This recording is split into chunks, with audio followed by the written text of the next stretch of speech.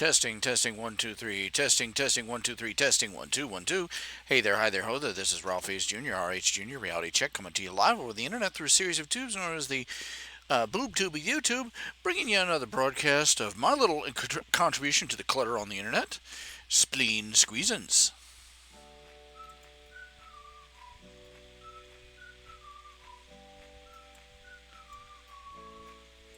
Are you excited? I know I am. Ha cha cha, ha cha cha cha, cha cha cha. Yeah. We're cruising along. We're cruising for a bruising, obviously. No self-control, no self-control. This is me. Yes.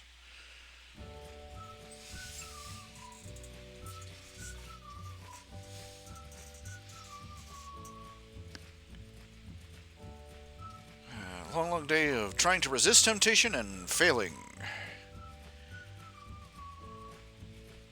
Bought myself some groceries today, and I realized I made a tactical error. I didn't include any, snacky sweets. I've gotten used to having, little, maybe little cookies or graham crackers or something like that around, which is the reason I'm shaped like a sofa cushion.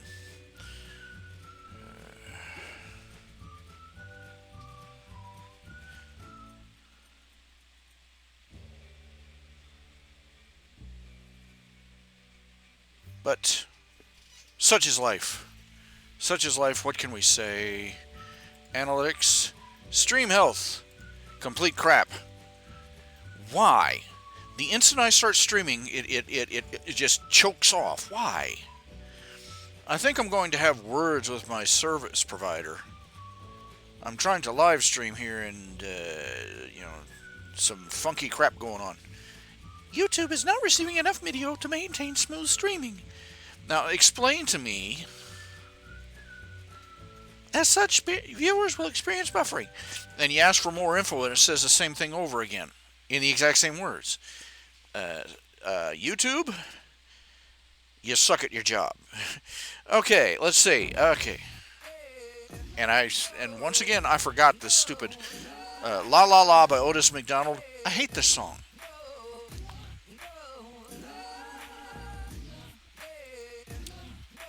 My goodness, let's listen to something else. And this is, I don't know why it is, that it always seems to pick almost the exact same. Oh, well, that's close enough, I think. Mild and mellowed and.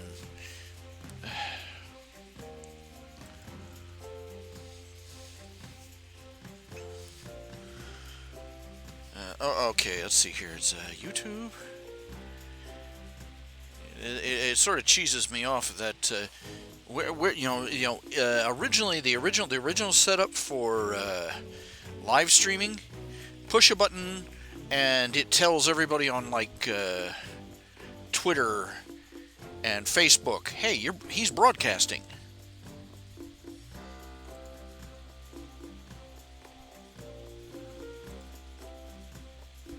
Scientific way to improve your art fast. I've seen an awful lot of videos coming out on YouTube. Artists saying, this is how to fix this other person's art. I'm like, you pretentious hoser.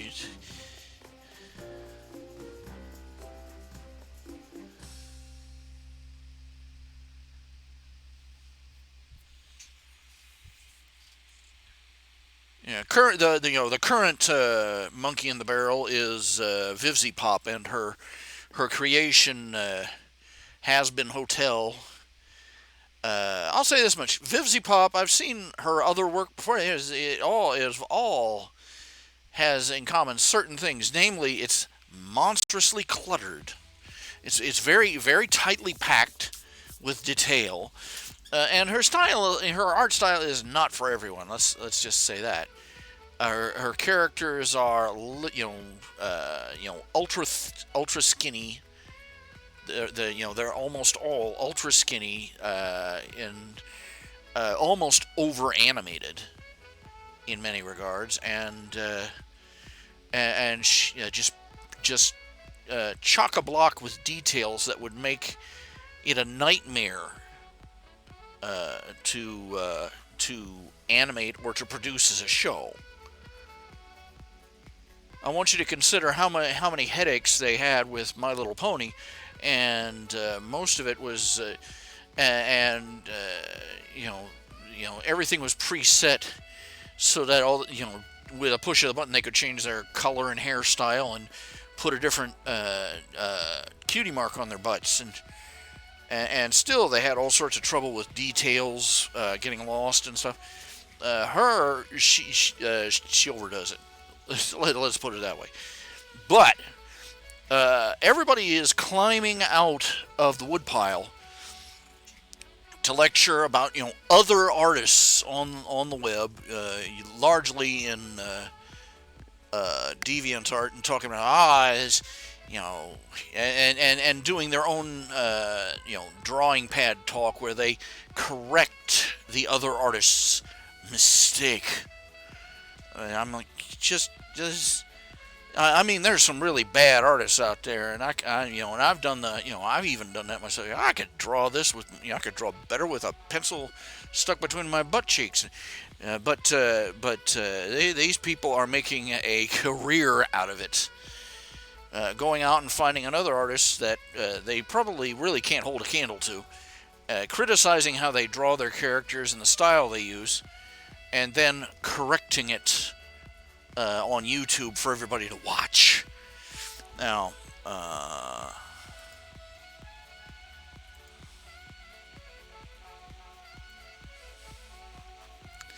I'm just, let's see. The new live stream studio for YouTube, it does not have the little buttons on the share buttons at the bottom. Where are the share buttons? Why are they not on?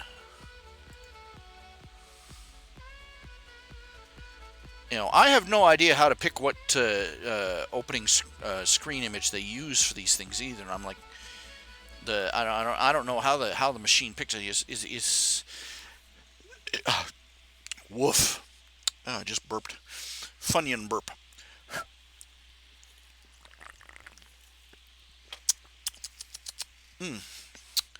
Well, I don't know what I'm going to do. I don't know what I'm going to get done. We'll try something. I swear, some of his stuff is awful sluggish today. I'm awful sluggish today. You see, when I have to, now you gotta understand, when I gotta groceries. Most other people, they get in the car, they go to the grocery store, they get the stuff, they come back home, done. It doesn't, But for me, I have to get up. I have to, set an alarm clock so I get up at before 8:30 in the morning. Make sure I get up at 8:30, get in here, sit in front of the computer, call up the store. Hey, it has to be on Monday through Friday. I can't call them on a weekend. They don't do this on a weekend. And if I have to call them before 10 a.m. to put in my grocery order, then I have to basically sit here and wait for them to show up at any minute. They usually show up at around 1 or 2 and deliver my groceries, and then I have to have to haul them in and put away anything that needs refrigerated before the whole world regrets it. And well, basically, the whole day revolves around, especially because I'll end up staying up the night before because I'm stupid. I'll be sitting here and I'm like, I'm doing stuff, and I realize, oh crap, it's like 4 in the morning, 3, 4 in the morning. If I go to sleep now, I won't wake up when the alarm goes off, and I'll miss my window for ordering groceries. So I end up staying up. And then I'm like, if I try and take a nap now, they're going to knock on the door. I'm not going to wake up. They're going to take my groceries back, and I don't know what they'll do with my groceries. And so I end up staying up. And basically, I've been up since yesterday. But I got my groceries, darn it.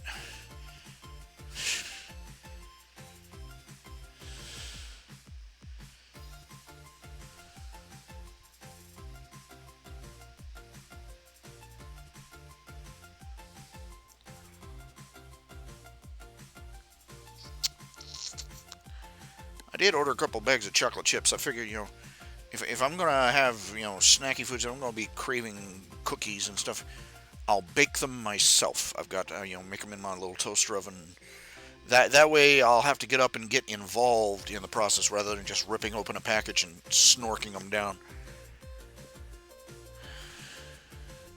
Besides, I got a recipe for oatmeal cookies, oatmeal chocolate chip cookies. Those are good because you got the chewy oatmeal cookie and melty chocolate chunks in it. It's been ages since I've had them. Been ages since I made them, so I'll have to, get the recipe out from under the piles of crap and filth in my kitchen and, scrub a few surfaces and make a few.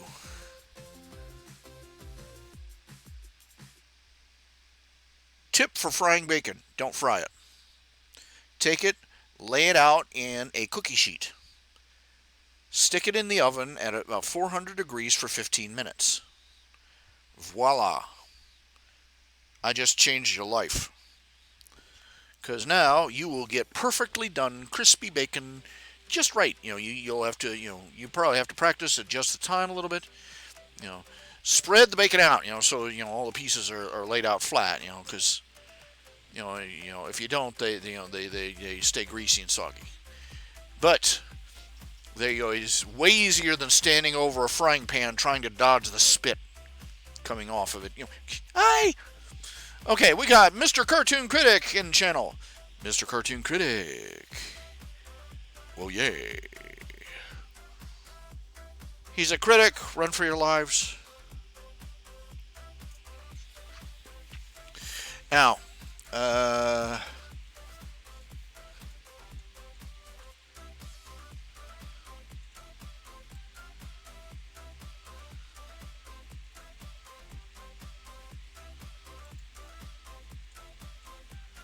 okay, I'm making shares to everything. Let everybody know I've already sent that tweet. Okay, then shut up, digital. There we go. Yay, yay, oh yay! I haven't done anything since yesterday. I haven't done anything.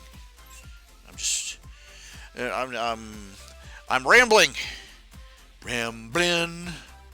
If we get some more people in here, maybe I'll read another chapter of one of my fan fictions. I don't know which. I prefer people read them rather than having me read them. Read me a story. Kid, you're 23. Read yourself. Yeah. So I've got a new chapter for the Shazam My Hero Academia crossover stewing in the back of my head, and I really want to sit down and get that down on paper. It's going to be, or rather, digital file. It's going to be.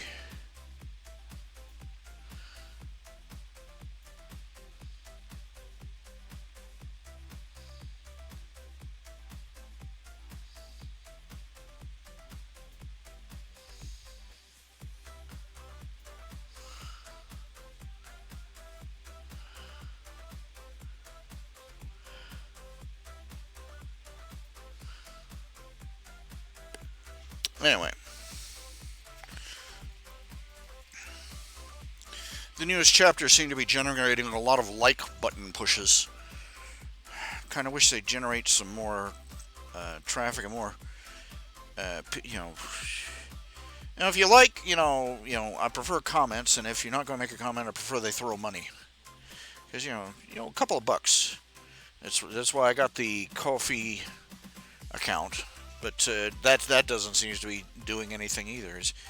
It's a great big nothing right now.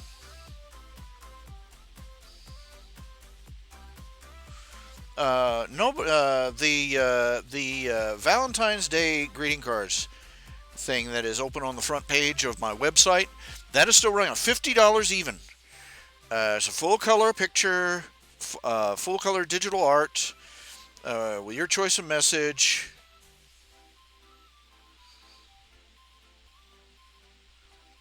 I send you a copy. I send a copy to the person that you intend it for. if that's if you depending on what you want, and I post it in the archives. Anything more than PG is double price, though.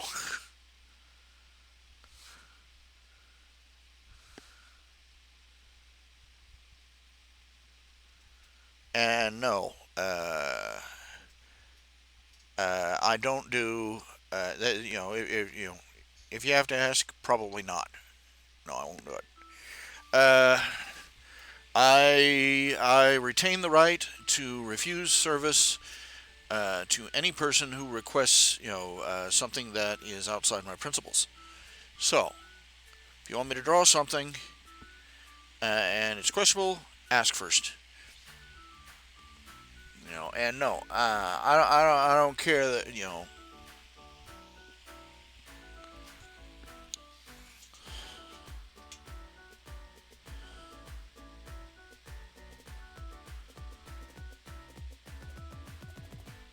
just making it clear. If you request something that I will not draw, I will refund your money, and you will have to go find another artist. But, and that's a big heavy but. That's the biggest, heaviest butt you ever saw. But I am flexible and I'm willing to negotiate. So,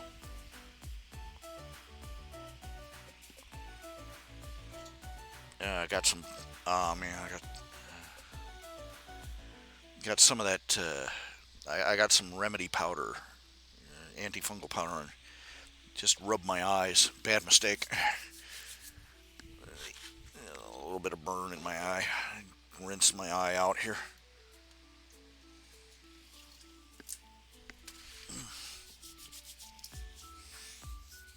Wash off my hand first.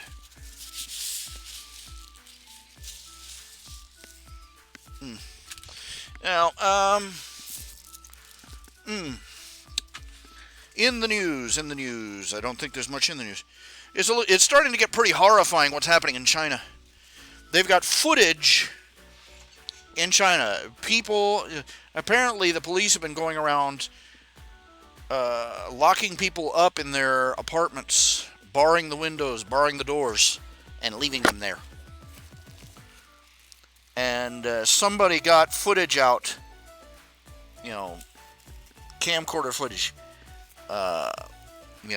phone cam footage of the city streets, and they just panned it back and forth. You could hear thousands and thousands of people yelling and screaming to each other.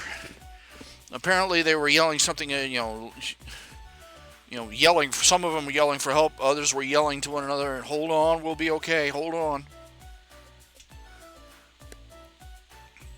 But look, the mask is being stripped away. We ever since Nixon,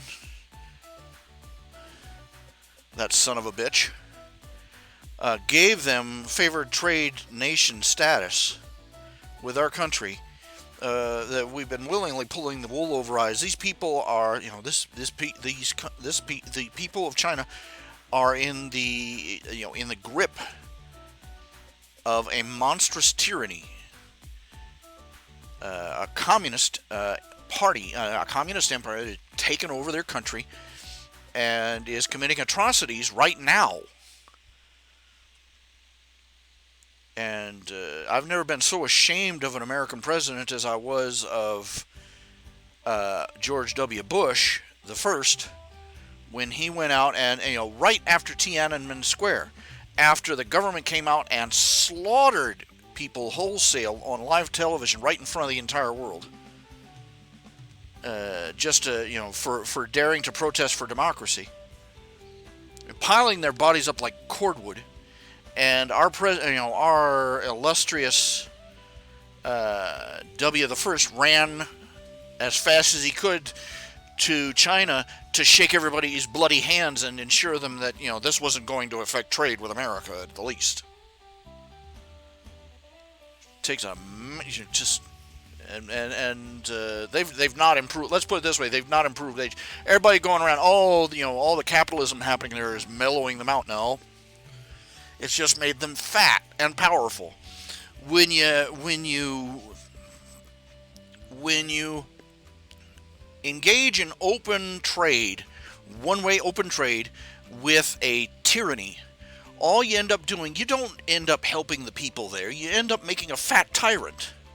You end up prolonging their reign because you were making, you were providing them with all the funds and all the money and all the resources and all the power they need to stay in power over the people that they're oppressing. And the vast sweeping majority of the money goes to the tyrant and to his cronies and his and his loyal followers, and the rest of the people, end up struggling for dear life. Hello, we got we got Mr. Cartoon Critic here. We now got Anthrozo Warrior 3. What happened to Anthrozo Warrior 1 and 2? We don't know. Nobody's talking, but they're here. How y'all doing? How y'all doing? Is my radio working? Yeah, the microphone's on.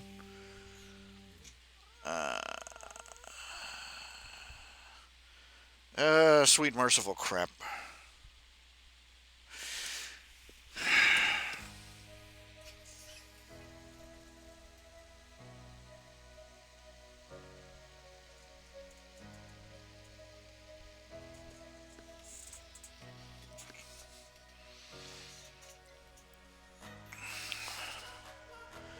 Every time I do this broadcast, I'm facing I don't want to go into details. Every time I do this broadcast, I'm faced with a certain temptation that if I gave into it, I don't know what it would do to me. I don't know what it would change. I don't know what it would blow out of the water.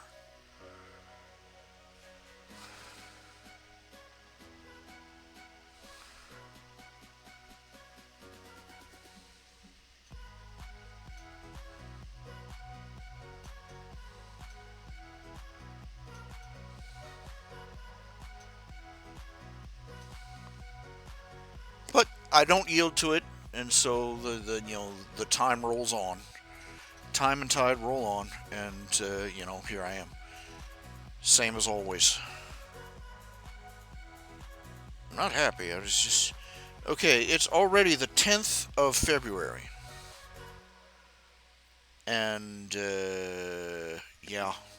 things are pretty much dead.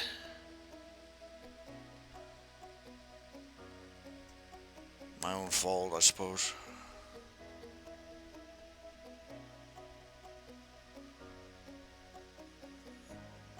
Nothing I can do to fix myself. Nothing I can do to fix it. Nothing. State of decay has gone beyond the point of salvage. I think is my problem. Or I keep trying to convince myself. I don't know what I'm really. I don't know what I'm doing. I don't know what I'm thinking. I don't know why I'm like this.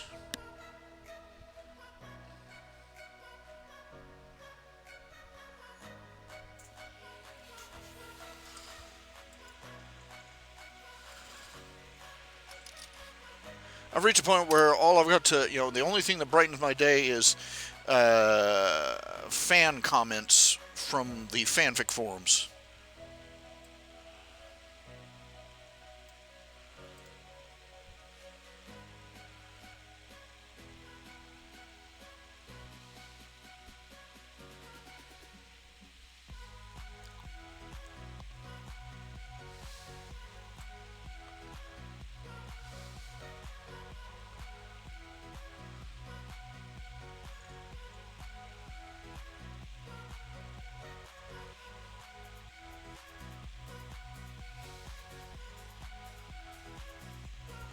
Oh, brother. Greta Thunberg.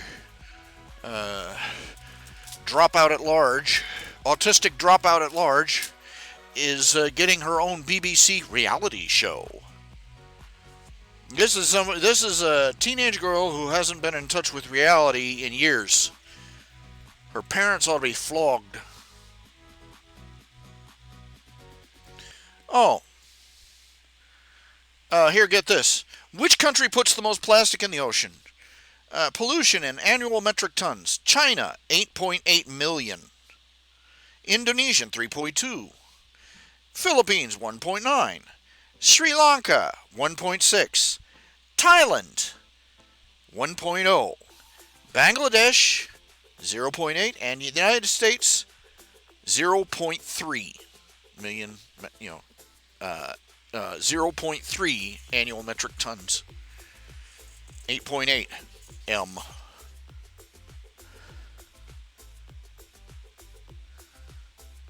Yeah, I don't know if that's metric tons or millions of metric tons. I don't know. It's a little bit, a little bit vague. But let's put it this way: we're not even in the top five. But we're the only nation that's going to listen to the tantrum throwers.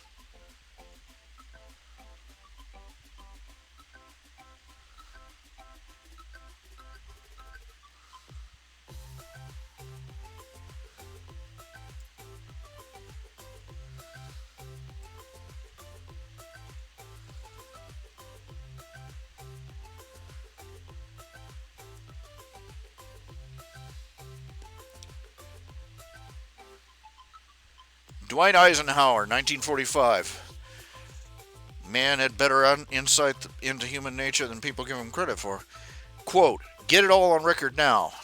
He was talking about the Holocaust and the death camps. And he said, get it all on record now. Get the films, get the witnesses.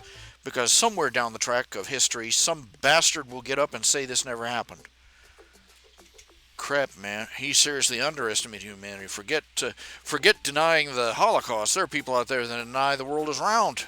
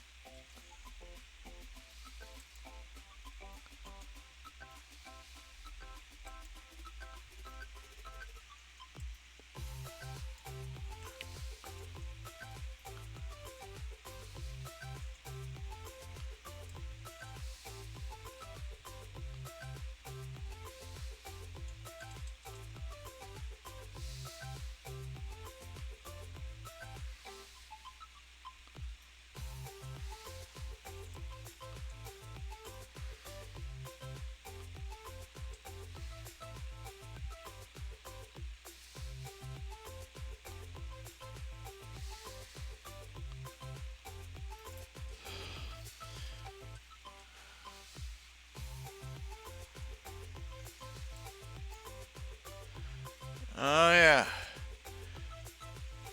There's a new movie out by featuring Shaun the Sheep.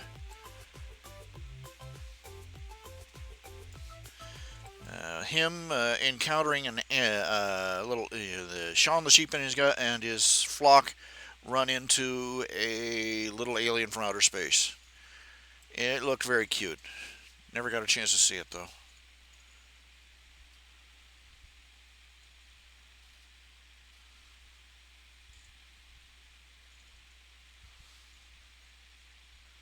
Oh my, NASA managed to bring Voyager 2 fully back online. It's currently 11.5 billion miles from Earth.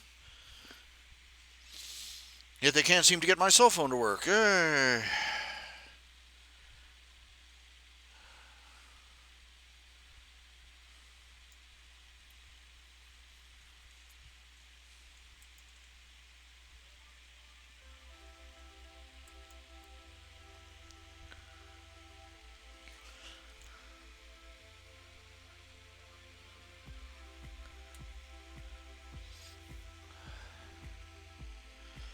Yeah, that is one of the things they suspect, that the Wuhan virus is an escapee from a bioweapons lab in China. I think I'm kind of wondering if this virus, if this disease isn't what's going to finally topple the Chinese regime.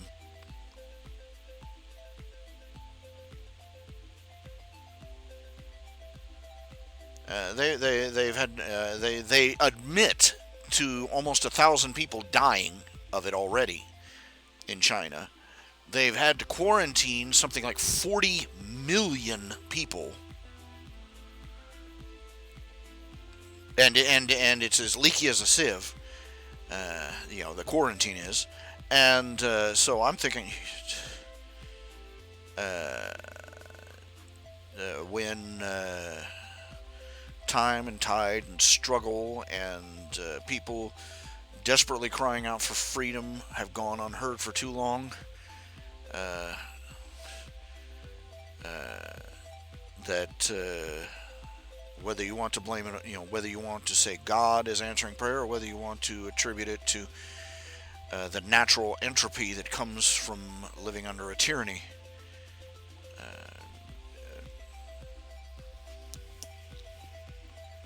This may be because humanity would not free the people of China any other way.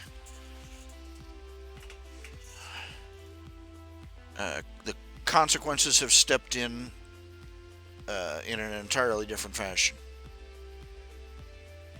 Because this plague, if it really is as bad as it makes people, if people are if it's really as bad as people are acting like it is, if it's half as bad, then it is going to gut their infrastructure.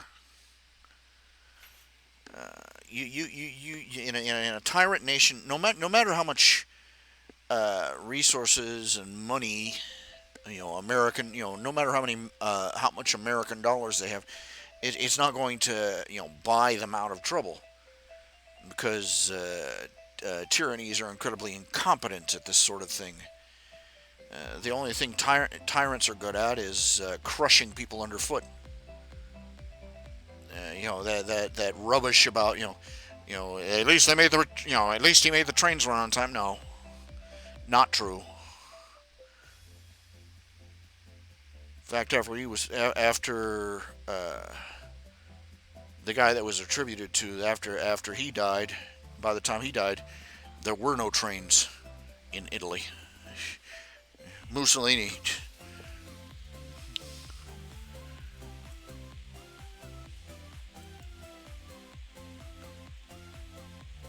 Currently, China's spraying entire city blocks trying to contain the outbreak. Spraying them with what? Is my question. Sure don't want to find out in person.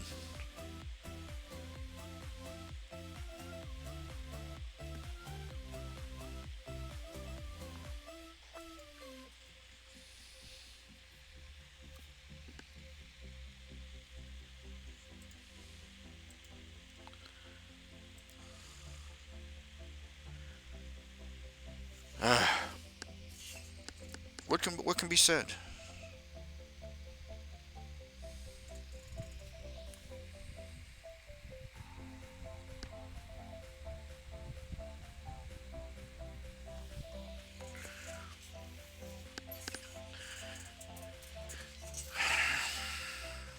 I'm a little on a rope right now. I'm a little strung. Normally, by now, there are at least a few people who would have, normally by now I would have had a few people put in some requests for, Valentine's commissions. Even when I don't advertise for them, but nobody, it's the 10th. Less than 3 days till Valentine's Day, and nobody's bought anything, so I'm a little distressed. I'm running it till the end of February, for those Johnny come latelys that are out there. I guess, I raised the price of all my commissions to try and, you know, uh, because obviously I'm still overloaded. I'm not doing enough as it is. And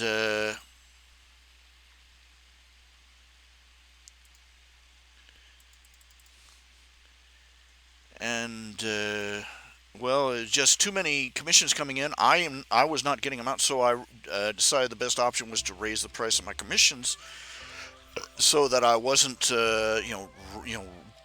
doing everything at a dead run for $20 a pop. So I guess I overpriced everything because now nobody's buying anything. So can't win for losing.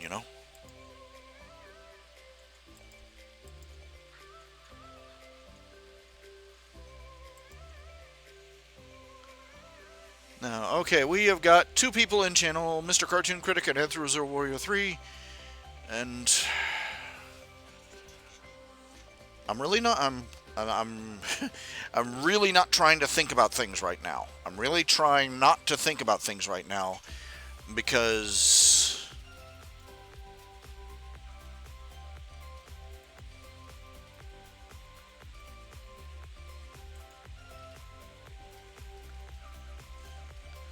if I think about them too much, I'm going to spaz out again. So, and that's no fun for nobody. It's no fun for me. It doesn't solve anything.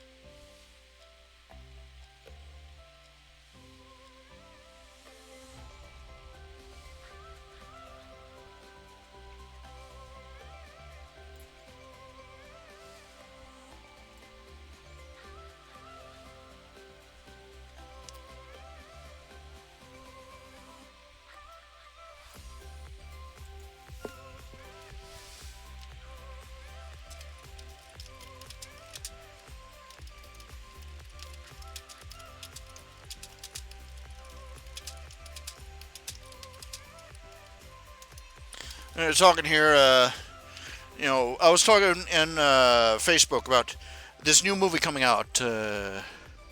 Daniel Radcliffe is performing in this movie. He's a lead actor in this movie. Is coming out. It's called Guns Akimbo.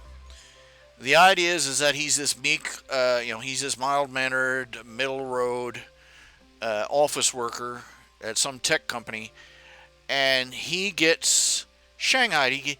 Thugs, psycho thugs, break into his apartment and knock him out. And when he wakes up, he has two guns bolted to his hands, literally bolted to his hands. And he gets informed by digital video that he is now a contestant in one of the internet's most popular true underground web show, which is basically a death match, and that their current champion is going to be coming after him. And that's where that meme of Daniel Radcliffe running around in a bathrobe and bunny slippers with two guns in his hands is from.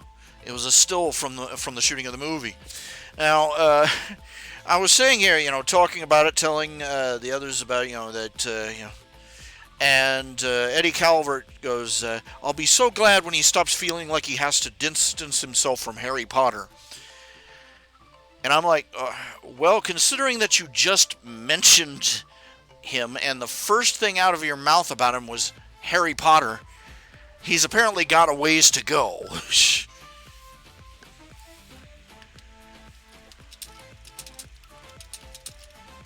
He made something like $25 million in those movies. And by all reports, he hasn't spent hardly any of it. I think he's down to like I don't know how much he's supposed to be down to, but he has nearly all of the money from the movies. He hasn't spent any of it. Of course, you could go out and splurge $1,000,000 with a bankroll like that, and it wouldn't even make a dimple in your bank account. Heck, the interest alone would replace it before you were done spending it. There's a certain threshold where beyond your money starts making its own money.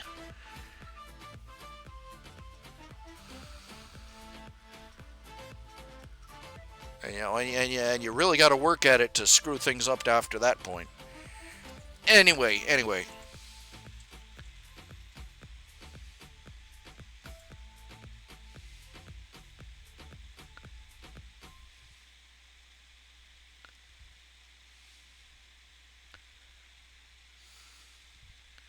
Pineapple doesn't belong on pizza because it's a fruit. Then again, so's a tomato.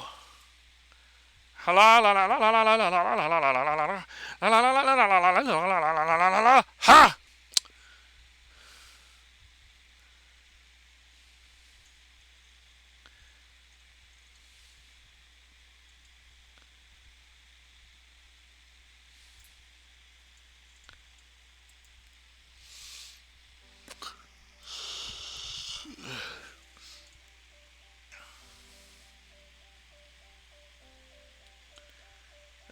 The feed's been kicking in and out, hasn't it?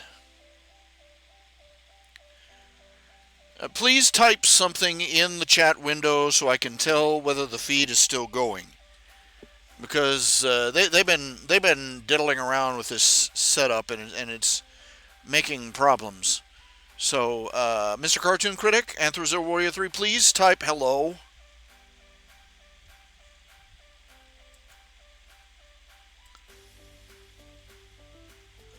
Okay, I'm going to turn off my Plane 9 program. It may be just using up too much bandwidth. I don't know.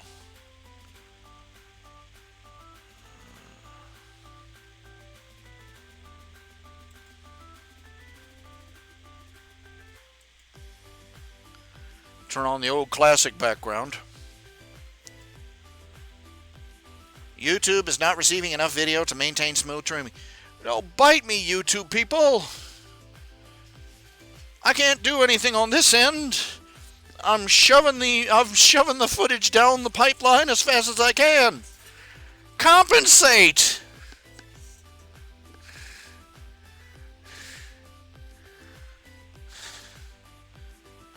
Guys, you really need to say something. Please type something. Attention, all viewers of Spleen Squeezin, please type hello in the live chat window so as to indicate that the feed is actually going out. Okay, and now it says it has an excellent connection, so, but, I'm not getting any feedback from you guys, so I don't know for sure. This is not peachy. This is not peachy. This is not peachy.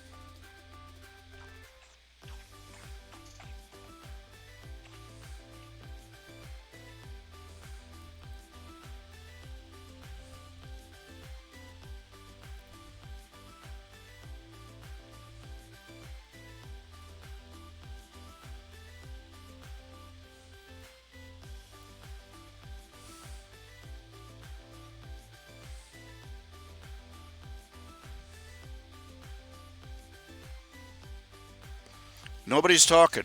Nobody's talking. I'm talking. Nobody's answering me. This is not helping.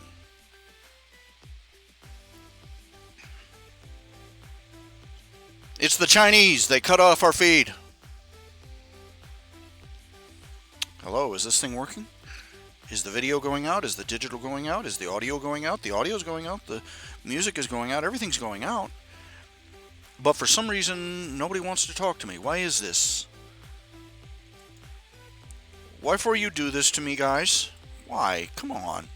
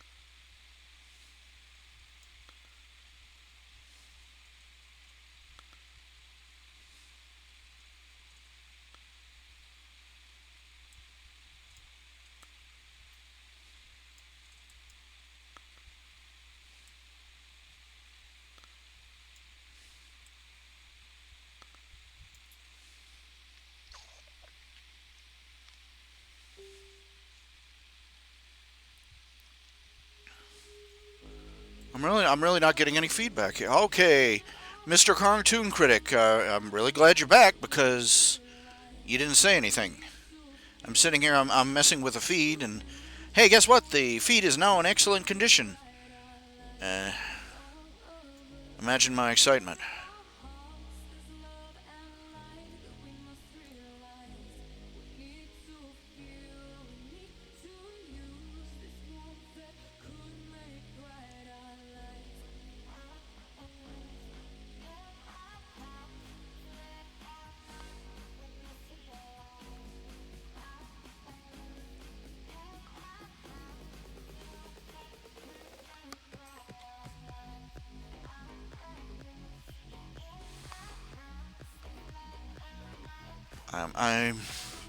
I'm so angry at myself. I'm just okay. I'm gonna pull up the Mango Studio file.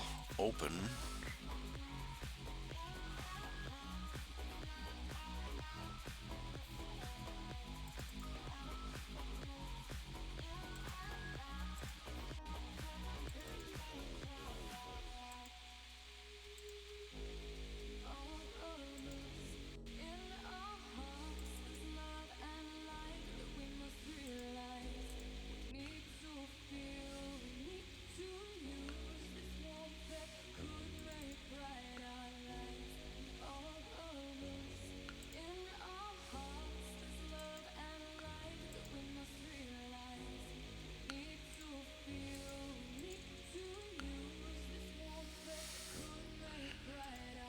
I'm really.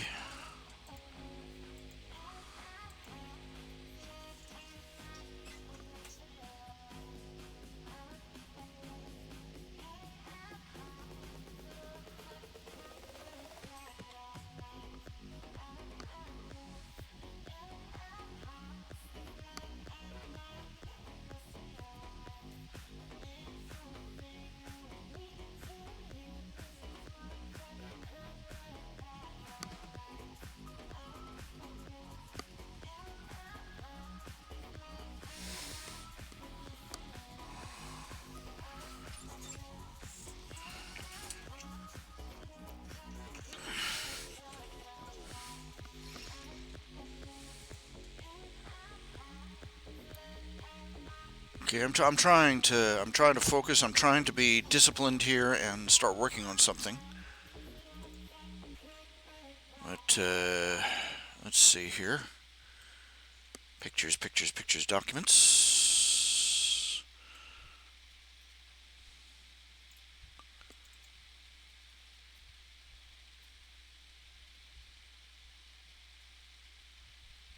Documents, documents.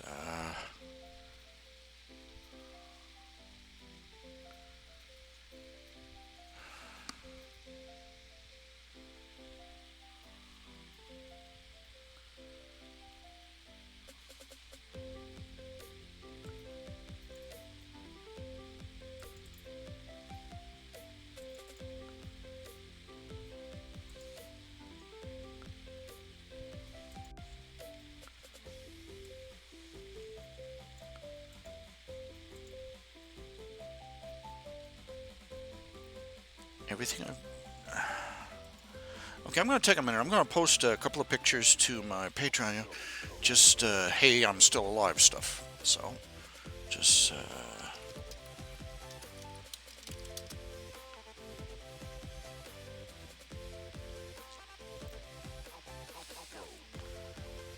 log in.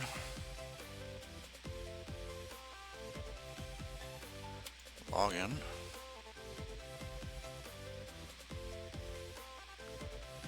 It would probably help if I had more examples of my greeting cards up to posts. Let's see.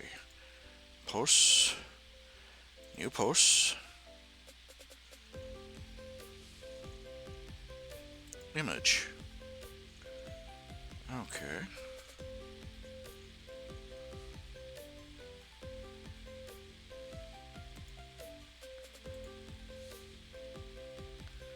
Let's see, documents, pinups, okay, strips. We'll go all the way down to the other end of the thingamajiggy. Let's see, where are the greeting card ones? Oh, this, another archive, desktops, journal, desktops, journal,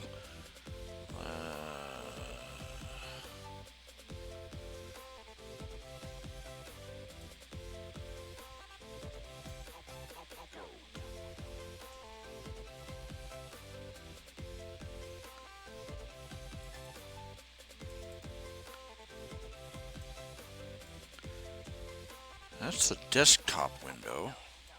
That's not what I want.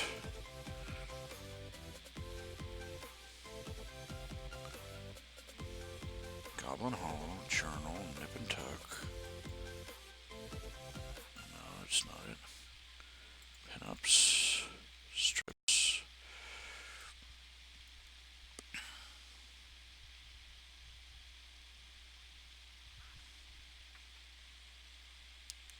My greeting card commissions all seem to have vanished. Wait a minute, I don't know what I'm doing. I'm just looking over here. Just harf. Ah, here we go.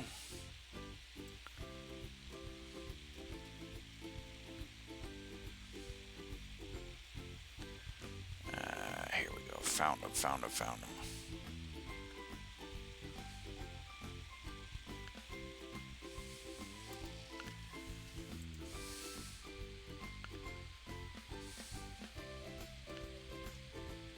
Give it a second.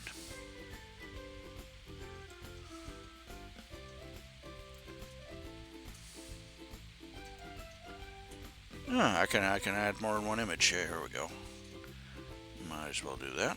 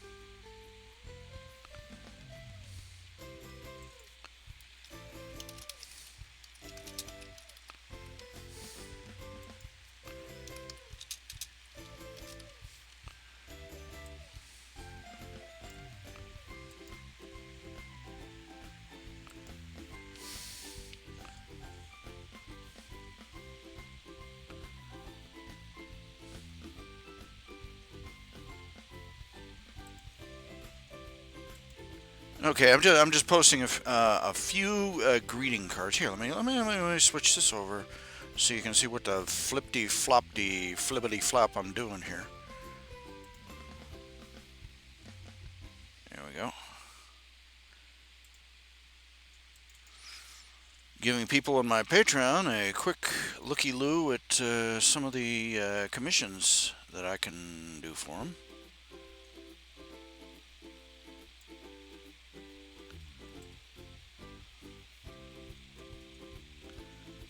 There's one in particular I'm very fond of, if I can find it.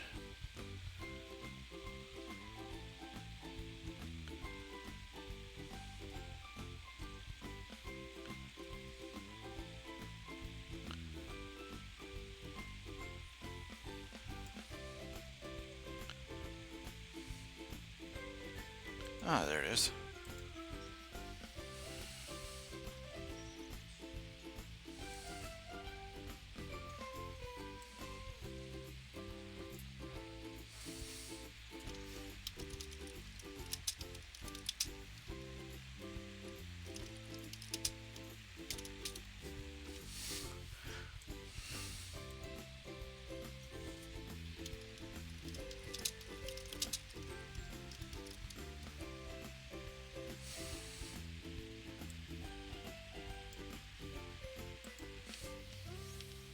I'll just put up one more.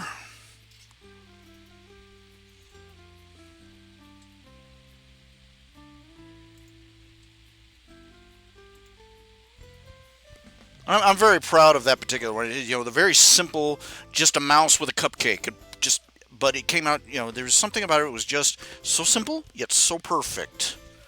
I haven't really, it's one of those, captured the image perfectly kind of things that only happens like once in a blue moon.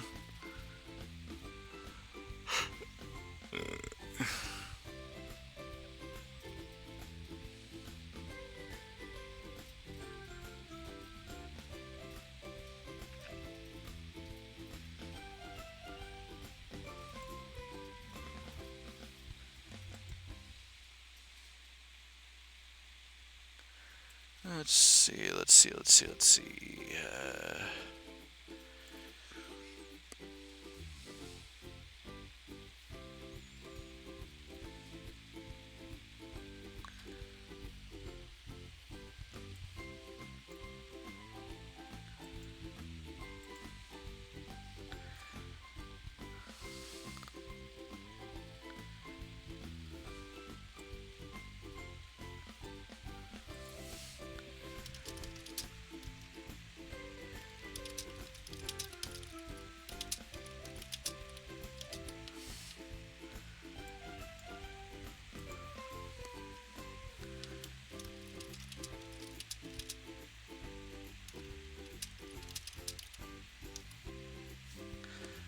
Okay, and publish now. There we go.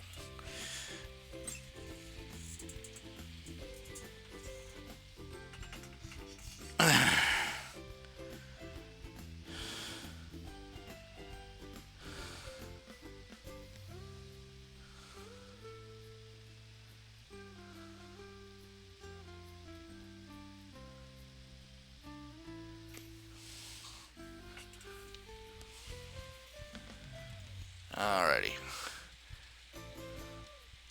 Okay, it's not dynamic, but it's something. Okay, let's see. Capture, window capture 2.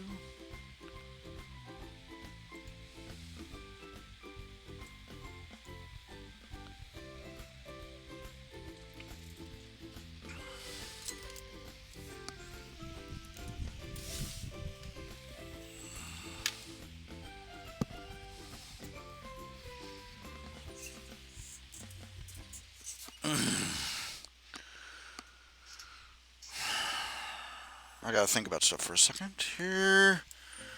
I think I need more, I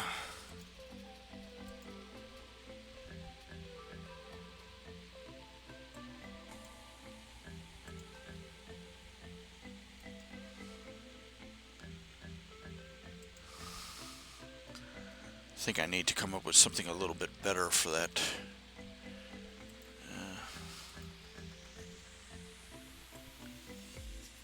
Okay.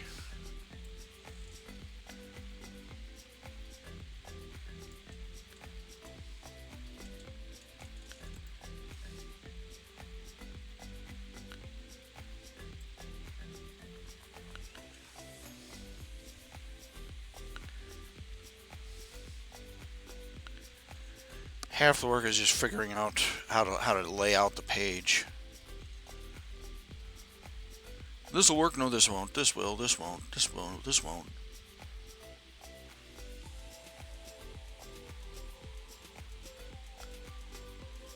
This will look good. This looks like crap. You know.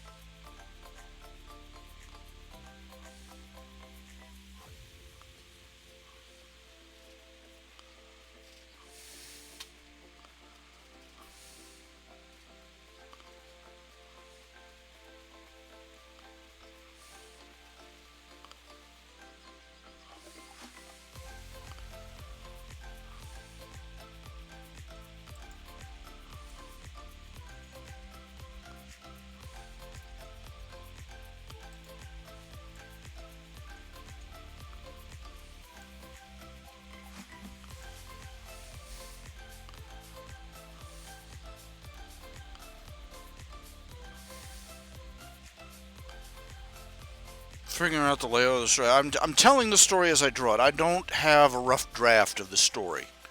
Just so everybody can be clear, that it's what little I have is all in my head.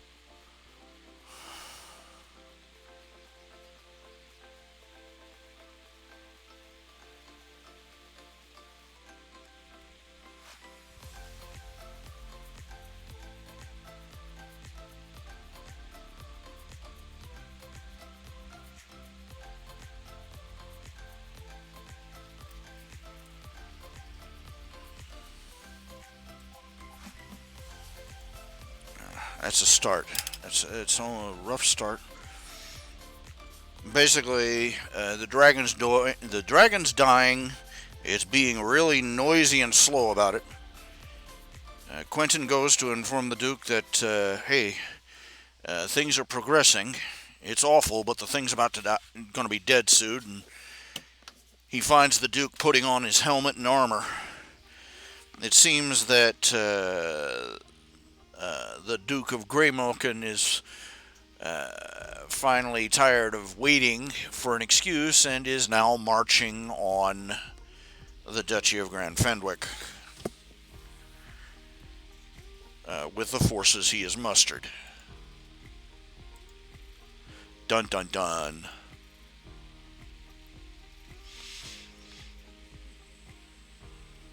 Yeah, that's the thing. Whether or not it's a bioweapon, it's probably YouTuber. Welcome aboard. Yeah, if the Kung flu, the Wuhan. Let's call it the Wuhan virus. You know, the Wuhan virus. That's what it is. If whether or not it's a bioweapon, they've screwed. They're screwed.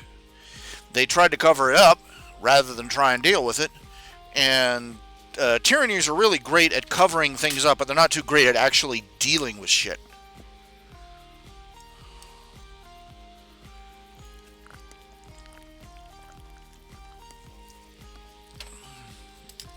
So by the time the word got leaked out,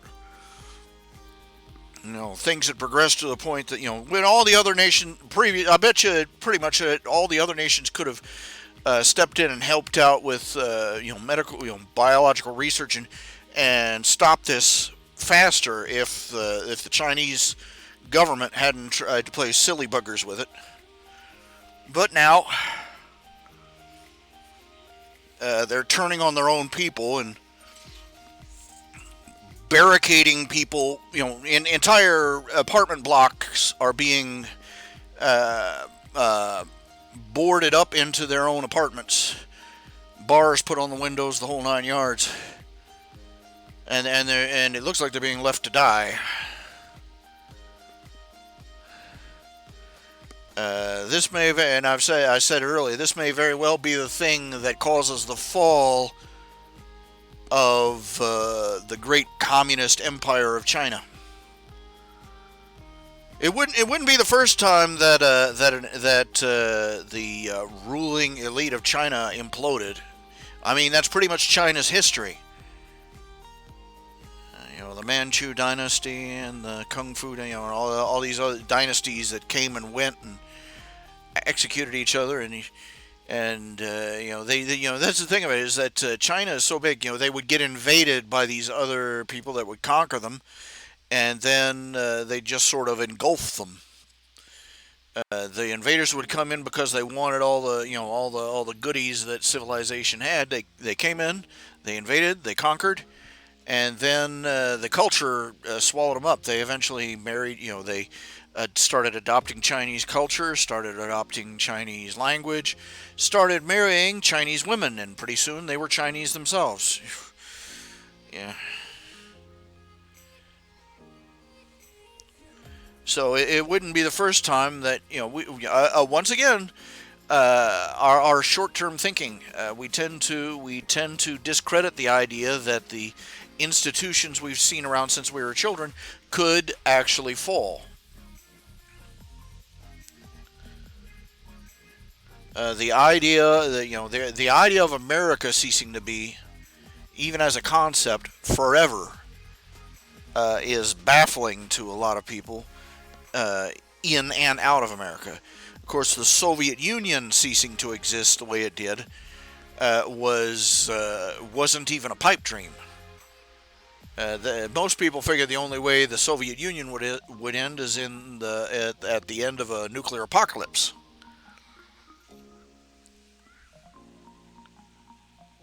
But surprise, it seems that communism can't feed the masses, so it can't sustain an empire. The only reason that Nazi Germany lasted as long as it did is because they were expansionist. They were out conquering consistently and dragging home the spoils. This is the only reason that the Arab Caliphate of centuries and centuries ago was a thing, is because they were a conquering civilization. Once they suddenly hit a wall and were stopped and could no longer expand by conquest, they collapsed because what they had was insufficient for sustaining themselves. They couldn't feed, clothe, shelter, or educate themselves.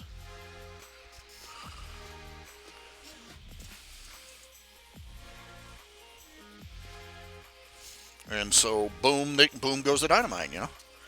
Up goes the balloon, and that's the end of it.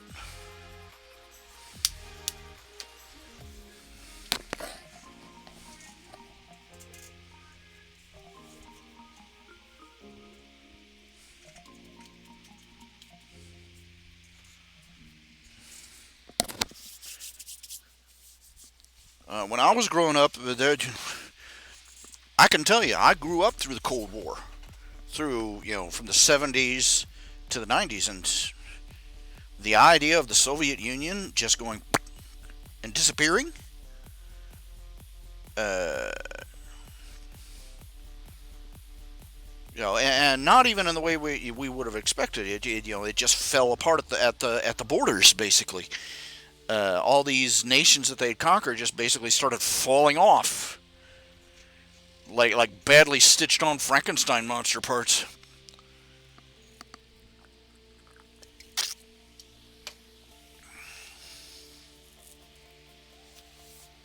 It's a tragedy that it came to this. They had a chance. We all had a chance to do something. I don't know what. I'm no politician. I'm no statesman.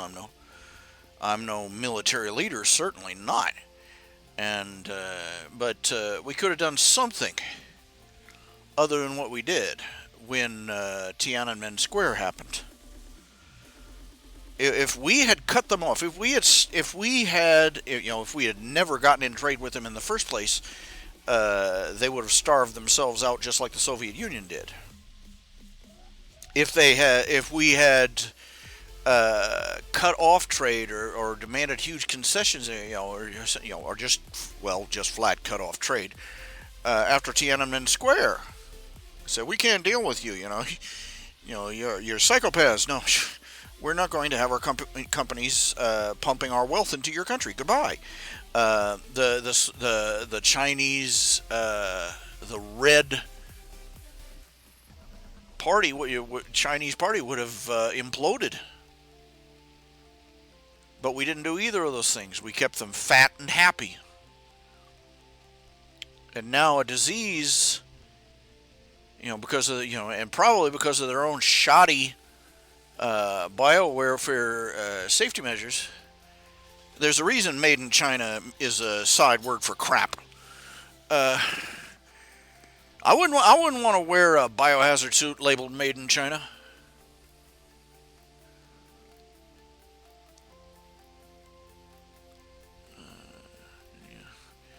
And and even if it wasn't a bioweapon, let's just assume. I think we can safely assume that their Center for Disease Control isn't nearly up to snuff the way America or Great Britain or anyone in Europe or Canada is. And they're too busy oppressing the people to do the infrastructure properly, and a disease got away from them. Now it's going to rip their country inside out.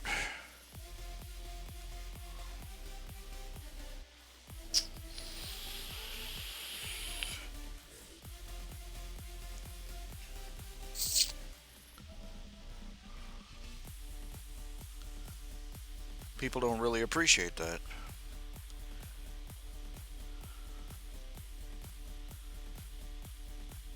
I remember years ago. This was in like the early '90s, very early '90s. I was working in a donut shop, and I mentioned Tiananmen Square.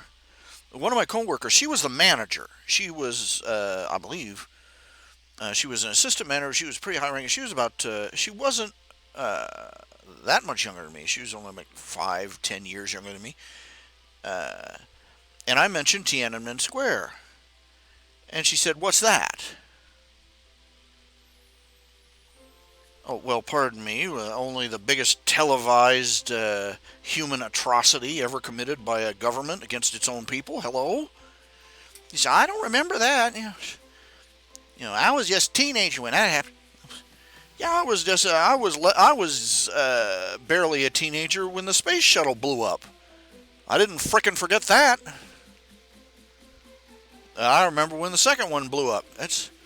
I've lived long enough to have seen two space shuttles fall in pieces out of the sky. Screw my life. I've lived long enough to see, jug ears, McCommunist, race baiter extraordinaire come in, become president, and gut the space shuttle program. I saw the space shuttle program start, and I saw it die.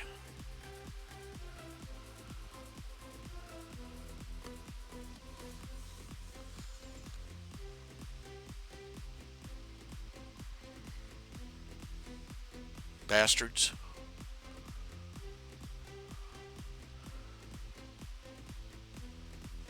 Those ships should have been upgraded every single year. They should have been, when they finally were when they were finally decommissioned, they were technology that was 20 years out of date.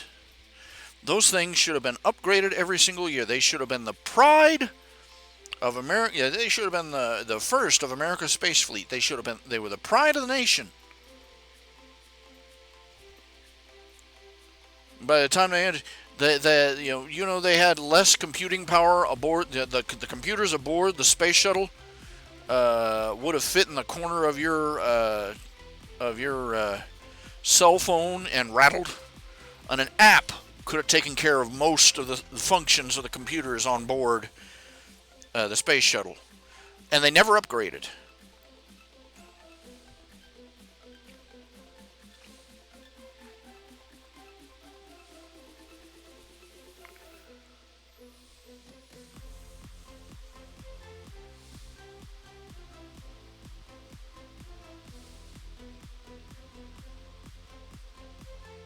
It makes me so sad and angry.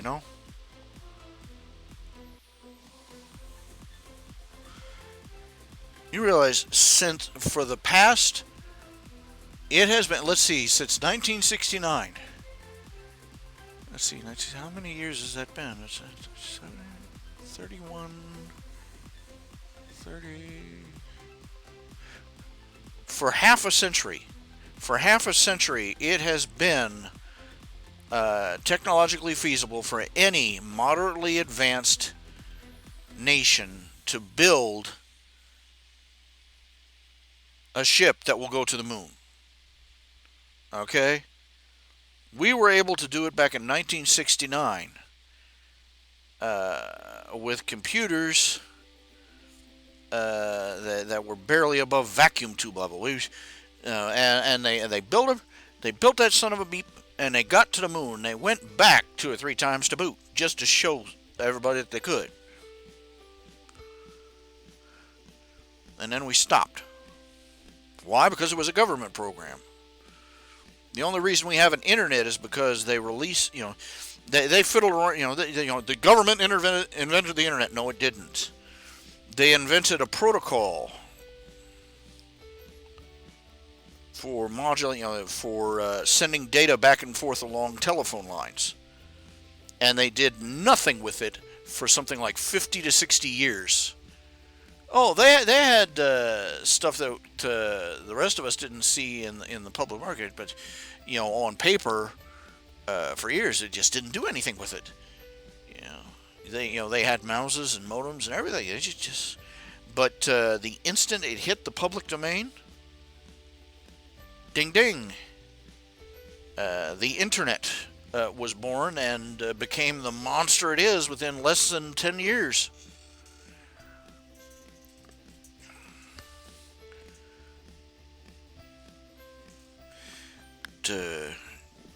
We've had to sit around and wait for Elon Musk to show up to get our space program back up and rolling again.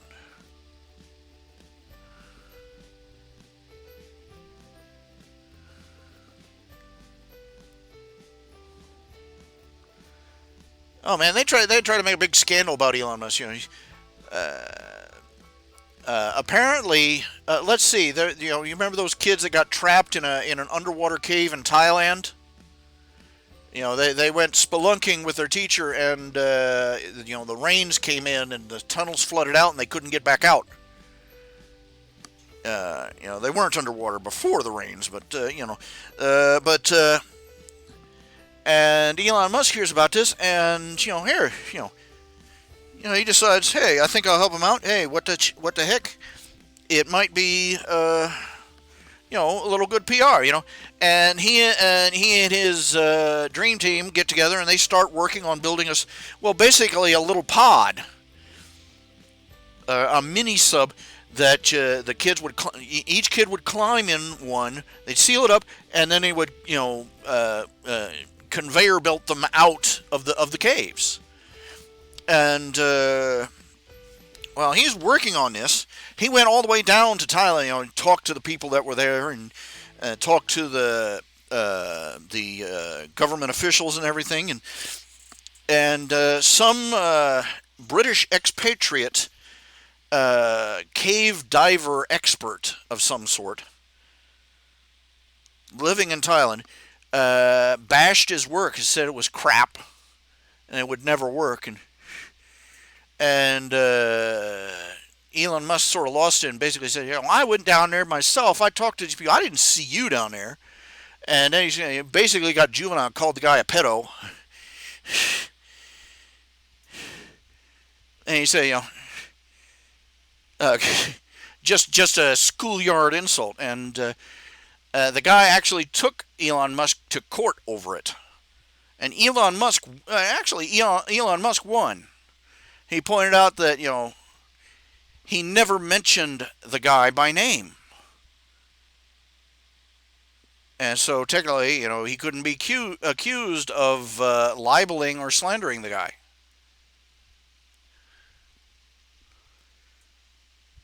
I'm going to go out weight on them. Considering all the things with Epstein and the Pizza Gate scandal, and all the other things that have been surfacing, where we're finding out more and more evidence that a great number of the movers and shakers and leaders and politicians and celebrities in our country are a bunch of pervs who went to Epstein for little boys and girls. And considering the track record of Thailand, the reputation of Thailand. Let's see. Aging British expatriate living in Thailand.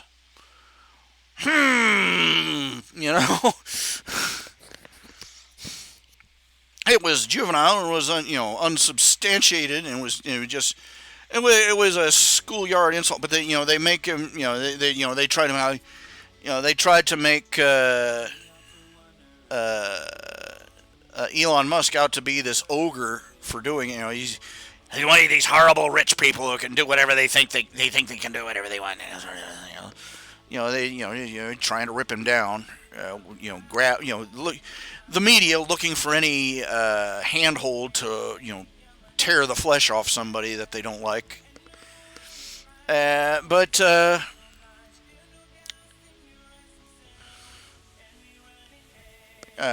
make a note. He did apologize. Elon Musk did post an offhand apology.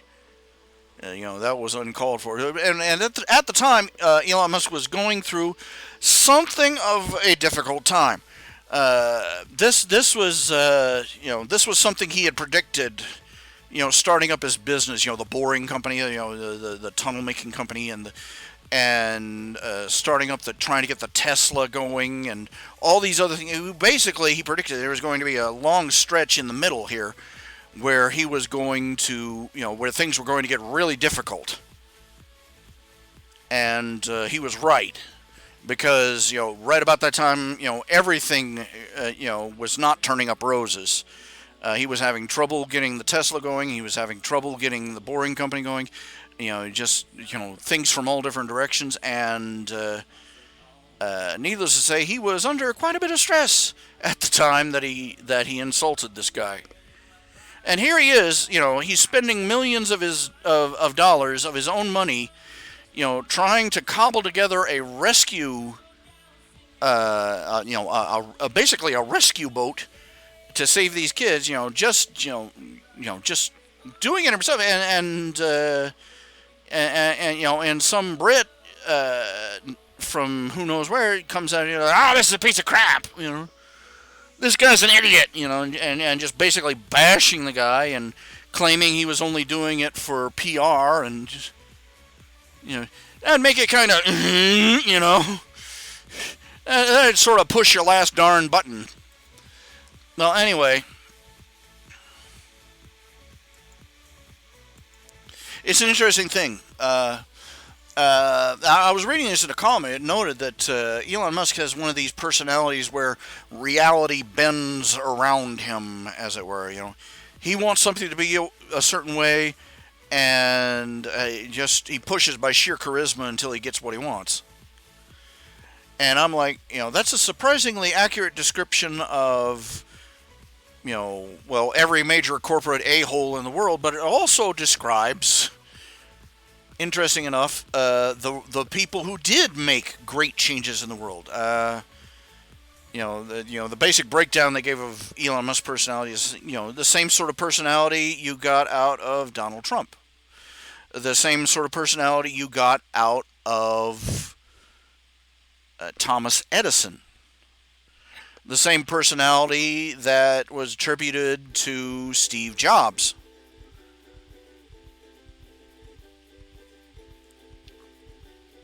Eccentric, also grating, and if reality didn't bend the way he wanted it to, he'd push until it did. And that was all of them. There seems to be a certain requirement that of somebody who's going to make big changes in the world,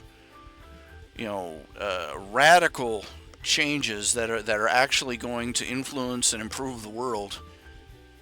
They gotta kind of have a certain amount of a-hole percentage. Steve Jobs, he was an absolute jerk to work for. Thomas Edison, he was a nightmare to work for, apparently. And he took all his workers' credit for their inventions. He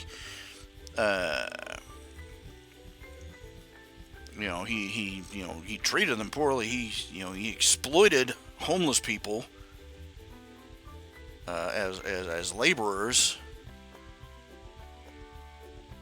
May have irradiated several of them. Aye. And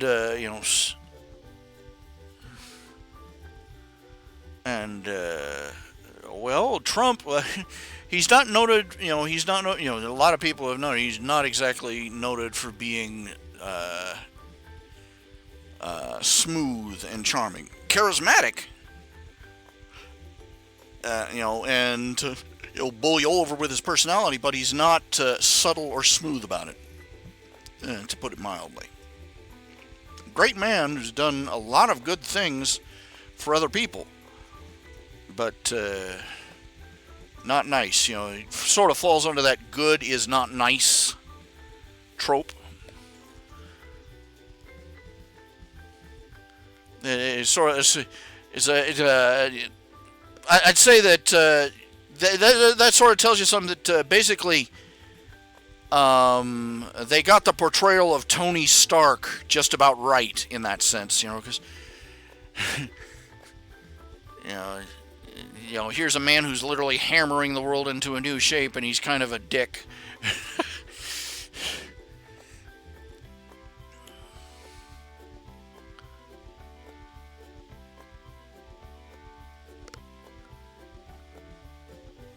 But yeah, upon reflection, the portrayal was very accurate for the kind of person that Tony Stark would have to be. He doesn't, he's Tony Stark. He doesn't have any superpowers.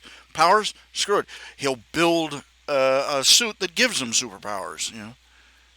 He doesn't have a certain piece of technology. Screw it, he'll build it himself.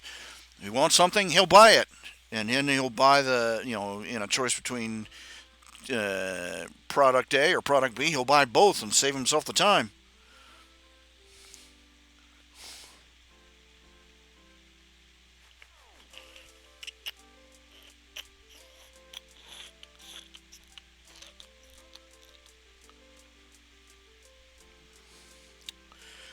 Uh, I remember when the planes crashed into the World Trade Center too.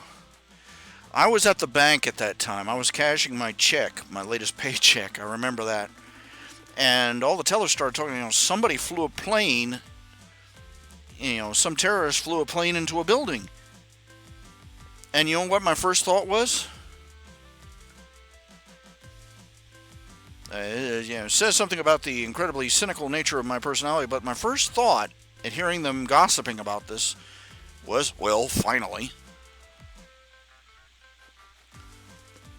I hadn't learned the whole scope of everything that happened, but during the 80s and 90s, people forget that during the 80s and 90s, we lived with ululating maniacs hijacking planes in the name of Allah left, right, and center.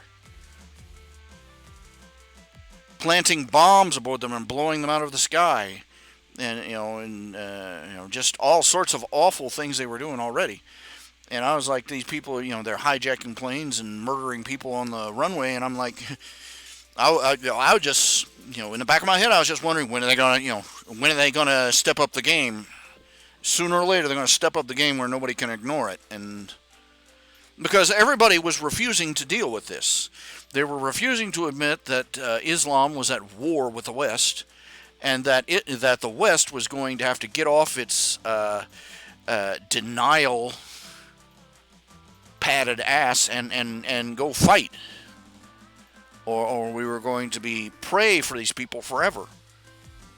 And it was going to get worse before it got better. And I'm saying, all these times, all these people, I've got the bomb, and making all these demands and hijacking planes and killing people and crap. And I'm like, and then I heard, they hijacked a plane and flew it into a building, killing everybody on board and then killing everybody in the building. And I'm like, yeah, that was the logical progression. The logical and the inevitable progression.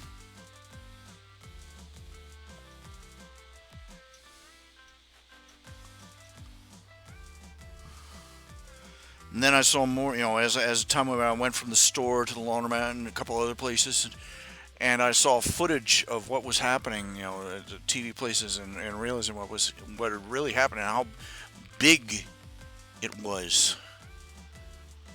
And I was just devastated.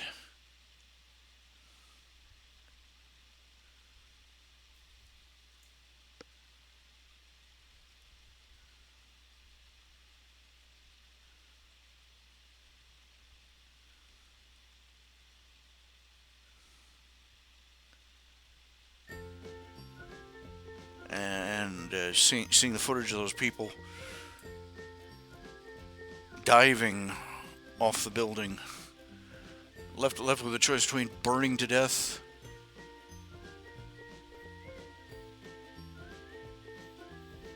and falling to their doom.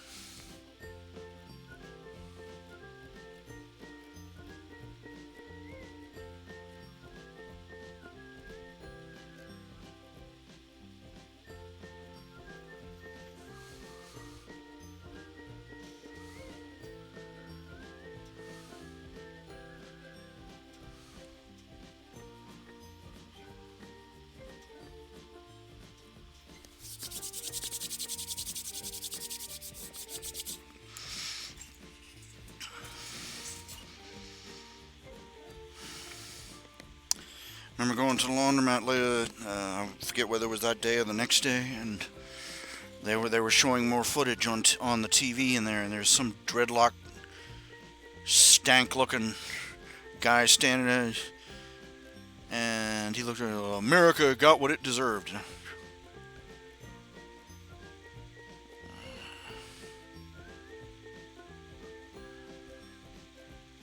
Didn't take long, I thought. And I'm standing there and I got, well, America had it coming. And I'm like, did all those women and children in that building have it coming?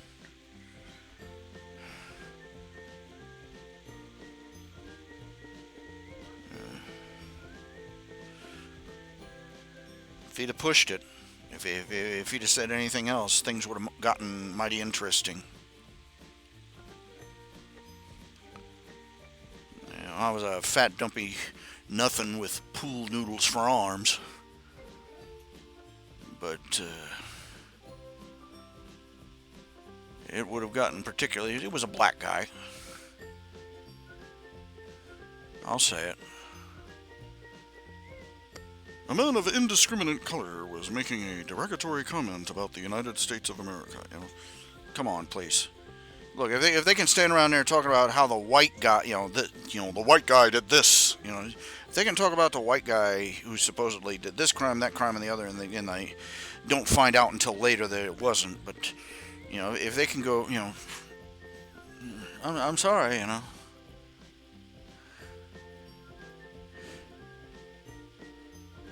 He was a man of indiscriminate color with surprisingly curly hair and dreadlocks. We don't know what ethnicity he might be, but black! Come on.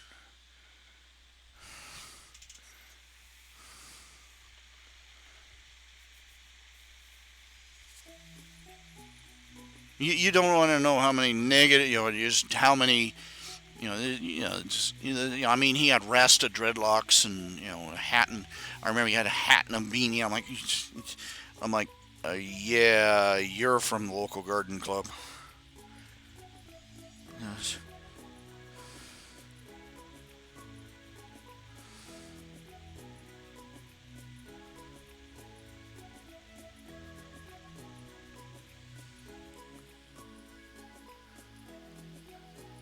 No. Don't try and guilt me. Don't you? You're such a racist.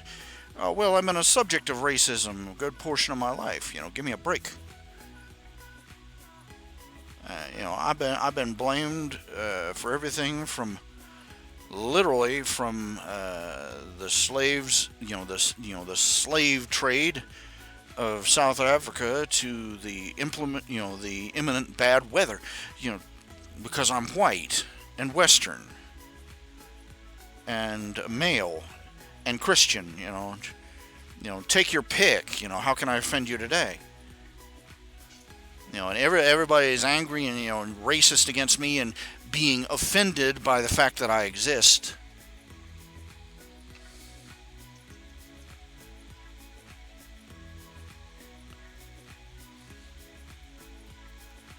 That's the double-edged sword with playing the race card all the time and playing the I am offended card all the time. Eventually, the person you harass with that, that you batter them up one side and down the other, they finally go, I don't get, they run out of craps to give and they decide they don't care if they're offensive or not, and they might actually start developing some genuinely offensive feelings about certain matters. You can kick a dog only so long before it bites,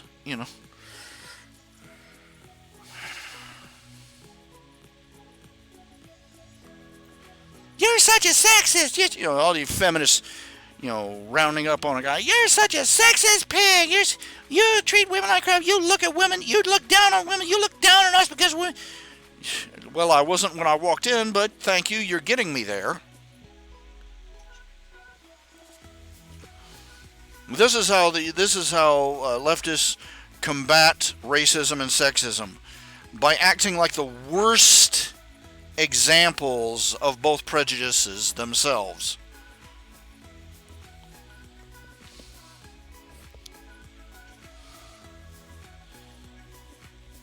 I'm going to change your attitude about women by acting like a shrill, privileged, entitled, spoiled, lazy shrew.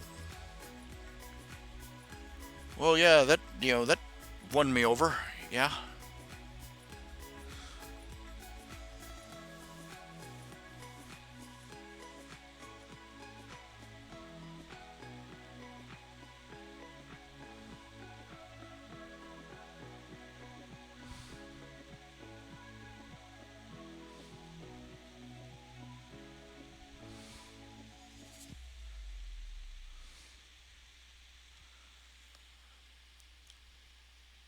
Guy driving up the middle of a street in a suburban, in an urban area, in a local home community, just driving up there, got more gold in his teeth and on his rims than he has in his bank account, and got noise blaring over his house-sized loudspeakers. Shoot the white man, shoot the cop, hump a hoe, boom, home, honky, honky, honky, honky, nigga, nigga, nigga, honky, honky, honky, bust a hoe, bust a cap, mama said knock you out. And then they wonder why people think poorly of them. I'll show you all act like the worst stereotypes of my ethnicity.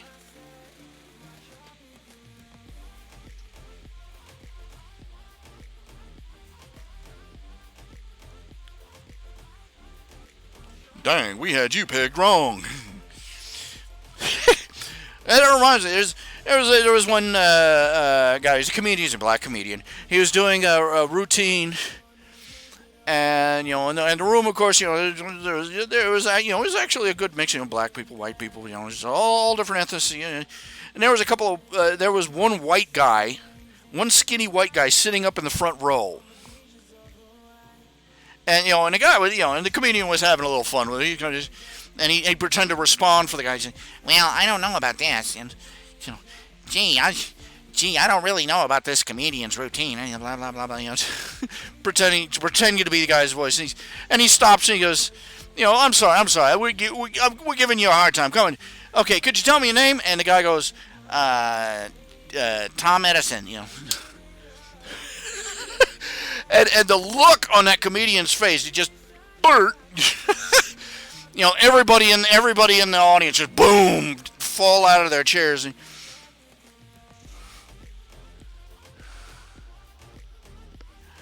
And he turned around, he picked up his microphone, he said, "Dang, we had you pegged wrong."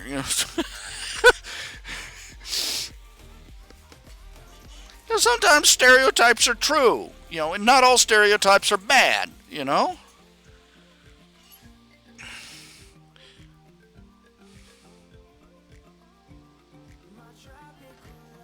I kind of wish that, it was, you hear about something, this is a racist thing people think about black people, and I'm like, I kind of wish it was happening to me. It would be kind of nice for us white guys if everybody was going around going, white men have enormous whats, angry black men over, this is so racist, where do you get off with that, you so-and-so, I'd be like, actually, ma'am,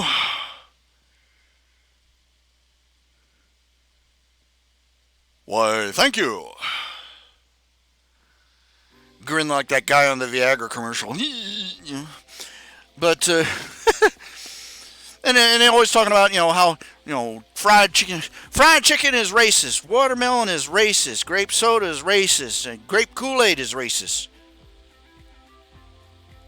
And I'm sitting there, I'm looking at fried chicken, watermelon. I'm like, wait a minute, I was raised on that crap. I was raised on that stuff. Where are you getting off? Kool-Aid all over, man. And fried chicken, most days of the week, that was dinner, I'm like, come on, watermelon, oh yeah, we were all over the watermelon. And in case you were wondering, yes, we are white,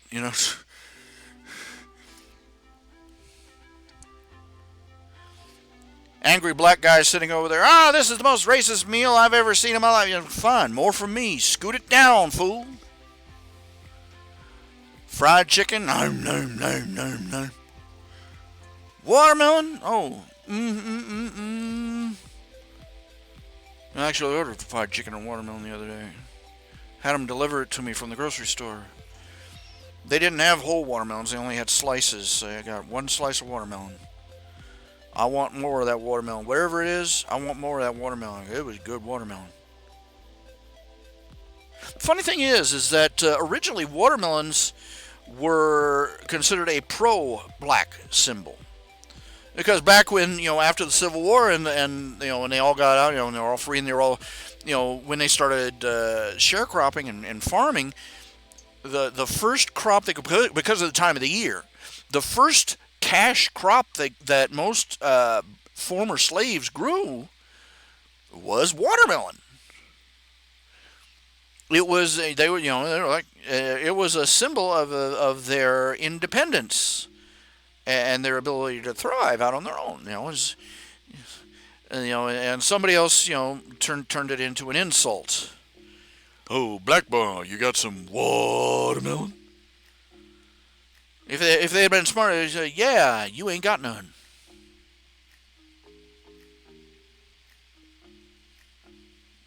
You don't shut your pie hole, you never gonna get none.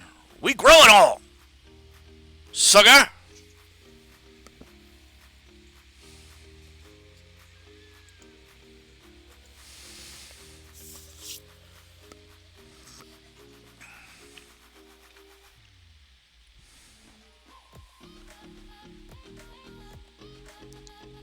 And it was like this, that stupid, they had a talking Barbie doll that came out back in the 80s or 90s, I forget when. And she was a high school student, and she was talking about it. You pull the cord or push the button or whatever, and she would say a bunch of different phrases about classes. And one of the phrases she said was, "Gee, math is hard," and all the feminists went and just lost their dang alleged minds. And me, being in high school at the time, and I heard that, and I'm like, yeah, she's right.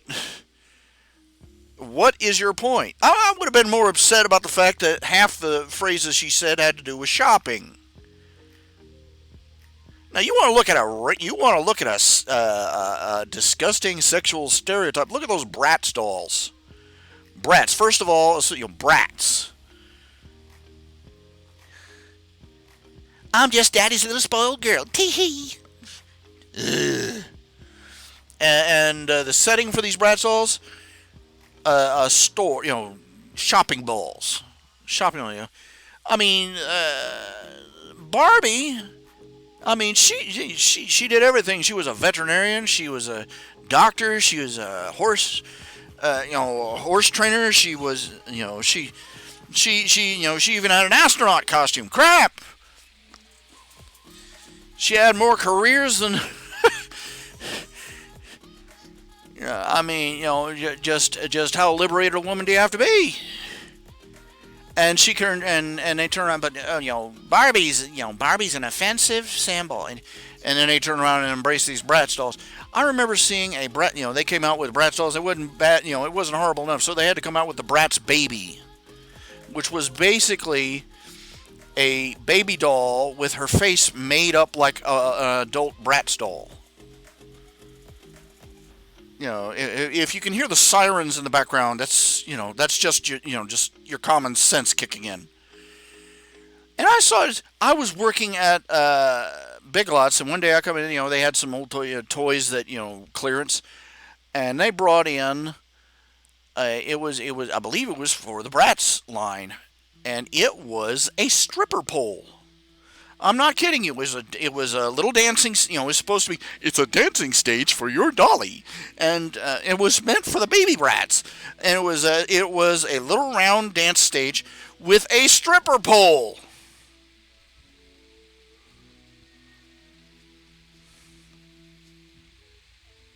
I would like to believe that the pointy-haired idiot that devised this for their company, for Hasbro, was thrown out the front door so hard he bounced twice before hitting the curb. But we're not that lucky. I just stood there for, I couldn't walk past the thing without looking and going, what? What? Sweet merciful crap.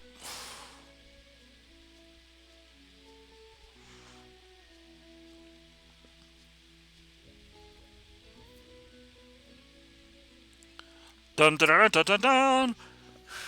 Hasbro, what the fudge?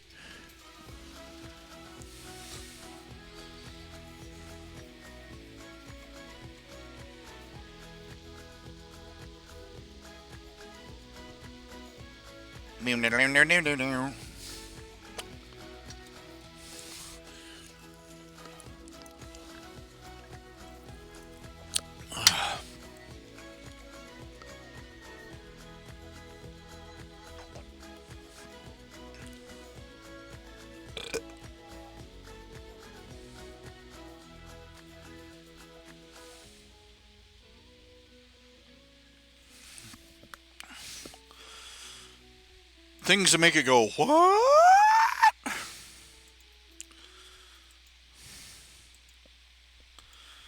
There's people. I don't know. I just some days you just don't know anymore. You know. Yeah. You just everything's off the rails, and you're not getting them back on, no matter what you try. Old Vic.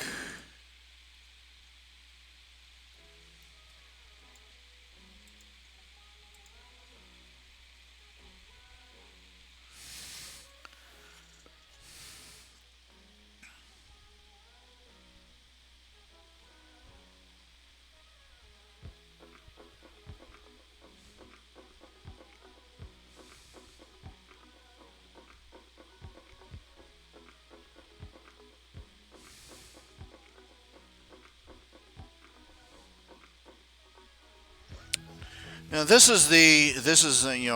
I do artwork for the Old Victorian, uh, autobiographical comic,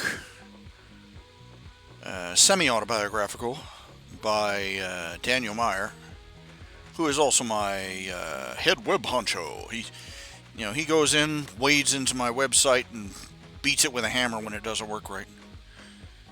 I really got to talk to him about updating it. But okay, this is it's not it. Okay, this is the most second most recent, one of the most recent comics I've done for him.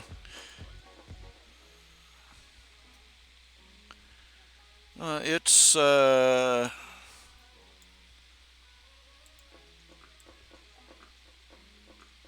arguably R-rated, I suppose. Well, I've already established this broadcast not for children.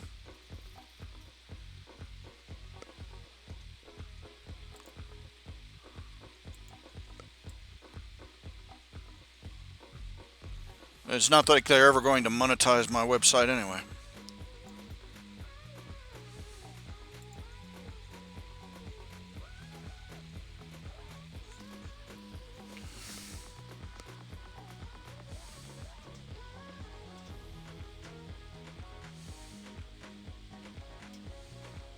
In case you were wondering where I draw the line these days. I'm not sure that I have a line anymore, though. Okay, let's see. There was another one. The Old Vic anniversary. I've got a ton of them. I guess there's Old Vic 75.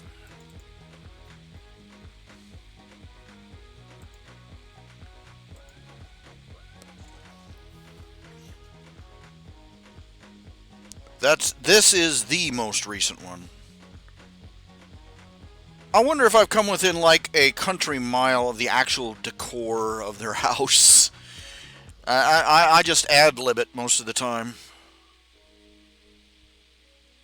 For those who don't know, the Old Victorian is Daniel Meyer and his wife. They bought 100-year-old Victorian house. It's 100+ years old by now, and and they are rebuilding it. They're living in it, and they are rebuilding it from the inside out. Well, on the outside, they're rebuilding it everywhere, in every direction, and he does a web comic, or rather, he writes a web comic. Detailing the adventures of their, adventures and misadventures of their life together, and he pays me to draw the comic strips.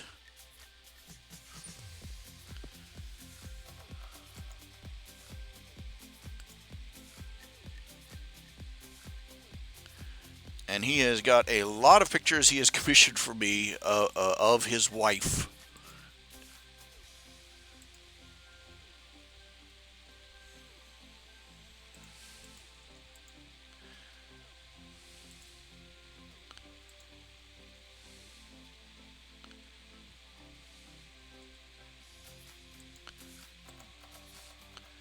He's a biker dude too. He rides a Goldwing. They live down in Texas. He rides his Goldwing everywhere.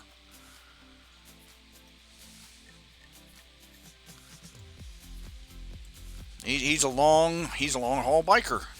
You know, if that's a term, and he rides it everywhere.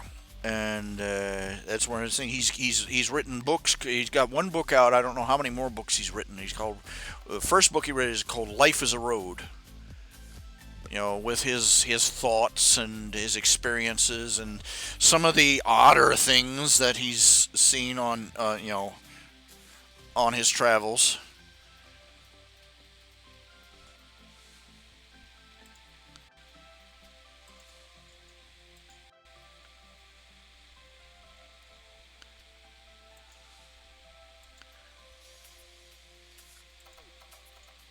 In case you haven't guessed, I did this one particular one 3 or 4 different ways because I wasn't sure what he wanted.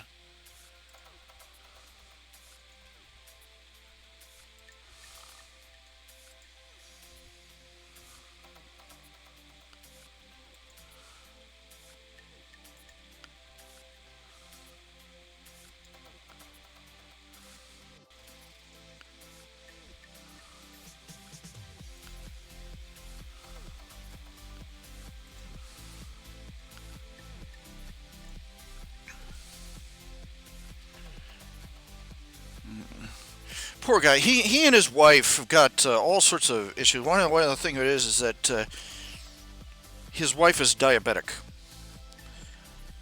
and he and she have been fighting fighting the battle. And it's a losing battle. And it doesn't help. What doesn't help is that the medical community is a couple of decades behind the actual research.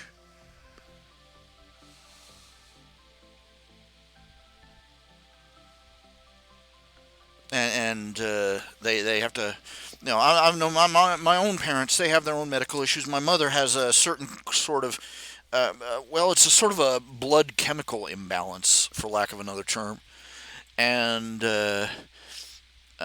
my father and they have years, decades of experience dealing with it. And every time they meet a new doctor, they have to go through the same rigmarole where they try to convince this overeducated genius that no, these standard treatments will not work.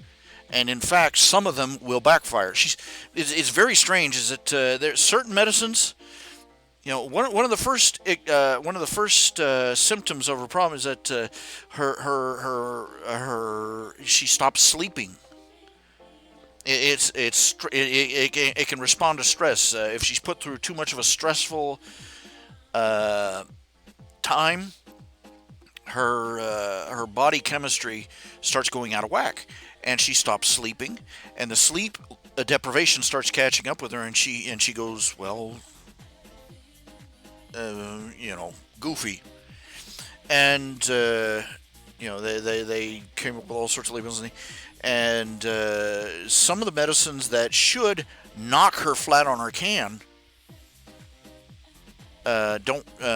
This is my mom again. She's the medicines that should knock her flat on her can make her hyper, and other ones that should make her buzz like a top knock her flat out. And he has had to twist. My father has had to twist arms on doctors to get them to listen to him over and over and over again. Anytime she's had to go into the hospital because of it. So we know.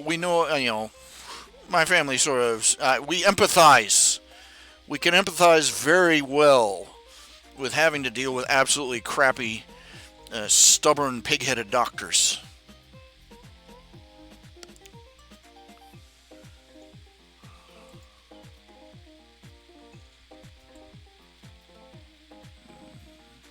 And the hardest part is that, she watches her diet. She does everything that they say she's supposed to do, and her blood sugar still goes through the roof. And they tell them this. They keep a diet, a diet diary. and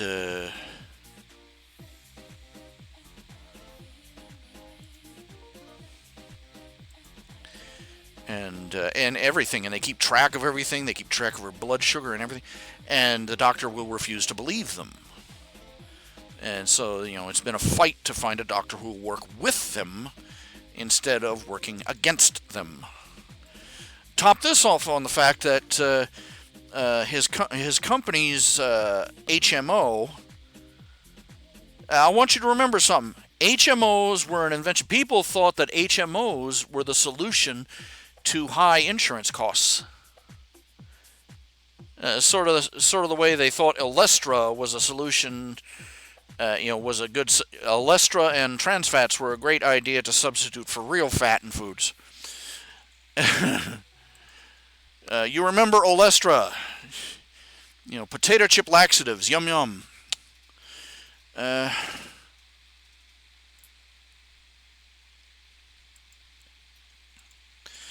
And so they're constantly having to fight and go round robin and battle with the doctors.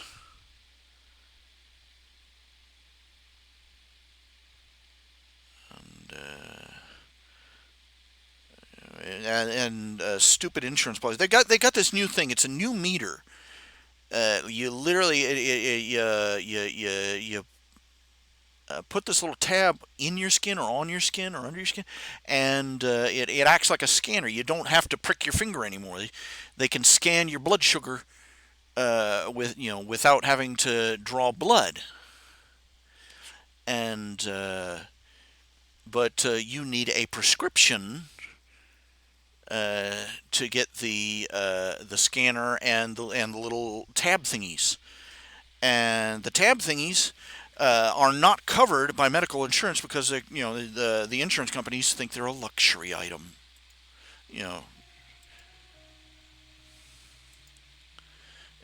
Crap like that they're having to deal with, and all these ridiculous things that they have to put up with. Just they're breaking my heart. He's also breaking my heart for a whole different reason. He lost. I've gained all this weight. He lost about the same amount of weight that I've gained over the past 20. He lost over the past 2 years. He's lost all the weight I've gained in the past 20. I'm sitting here. Thanks. I'd say about 50 to 100 pounds of my weight. This ballpark is just the fluid pooling in my legs. Just the swelling in my legs. But I weigh in. They weigh me in. Even taking that into account, I weigh in at 450 pounds. So 350 pounds of blubber. And he's God bless him, but he's really proven the old saying. How do you know if somebody's on if somebody's vegan or on a diet? Don't worry, they'll tell you. He's been posting all these notices. Encouraging him. Keeping him honest and all. But you're killing me, Daniel. You really are. You're killing me.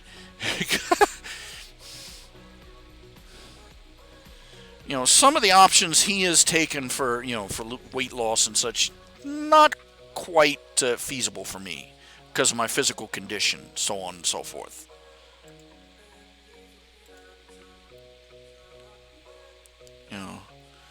With these legs, jogging is off the charts, okay?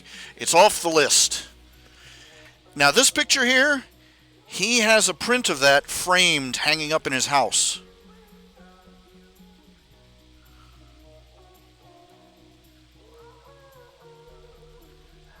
He also routinely posts pictures of, biker girls in bikinis on his Facebook feed. Makes for an interesting break in the reading, let me tell you.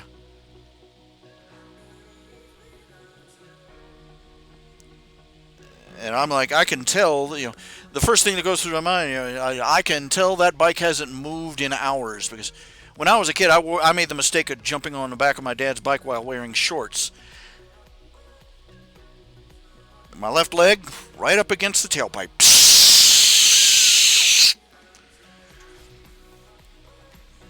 Yikes. Pan-fried Ralph.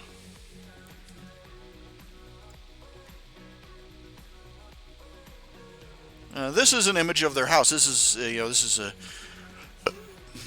this is the image of the Victorian manor that of the Victorian house. Perspective is a little stretched, but there you go.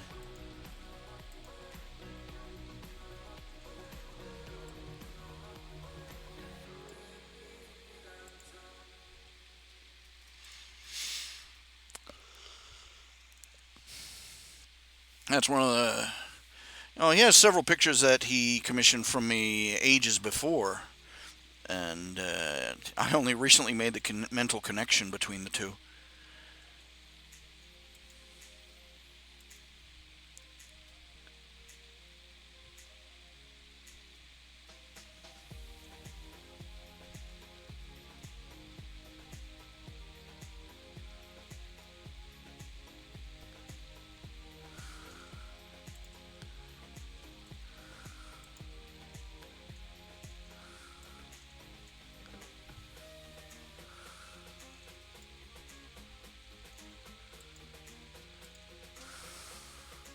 He sent out a lot of Halloween and Christmas. You've probably seen the inverse of this one on his Facebook feed if you've ever seen it.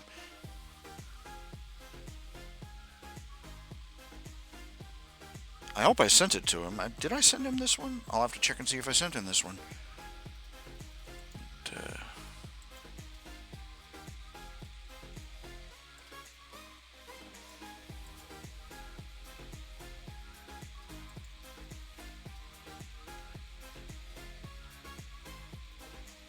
this was one of the Christmas cards he commissioned from me for himself and his wife.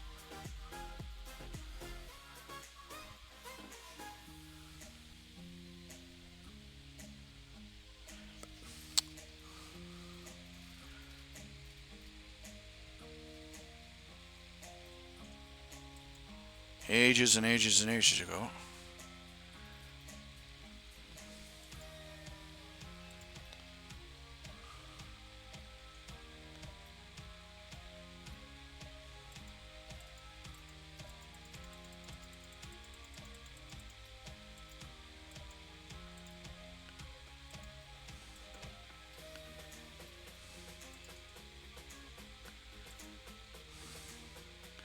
This was an anniversary pic. This was ages ago before before we became better acquainted. He was just one of my readers, and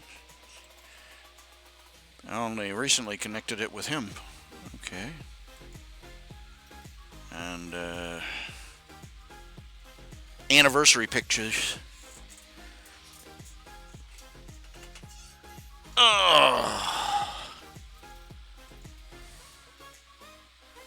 Let's see. I'm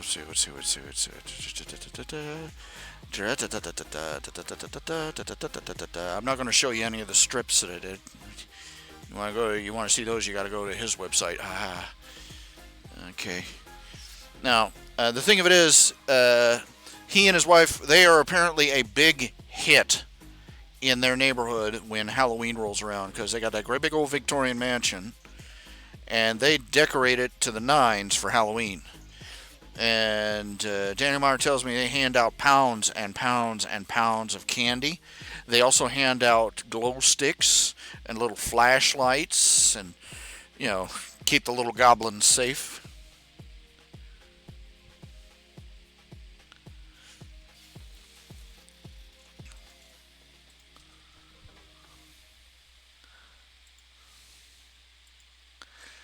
This is so you know that this was the original models I drew of both characters. They're not always on model. Not even remotely. But I come close. Doggone it. I always forget that white frosting around the... white frosting the around there. Yeah.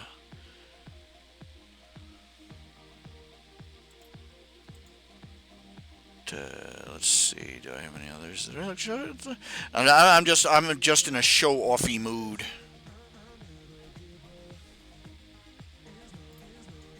Neener, neener, neener, neener, neener, neener. I've got all these pictures and you don't. Yeah.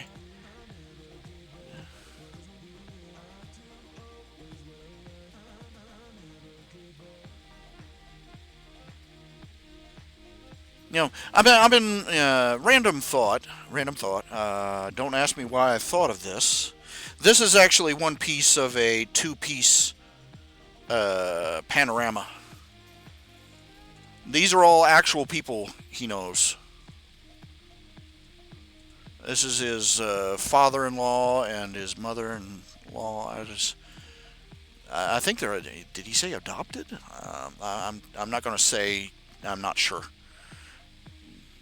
But anyway, actual people. Yay. Yay.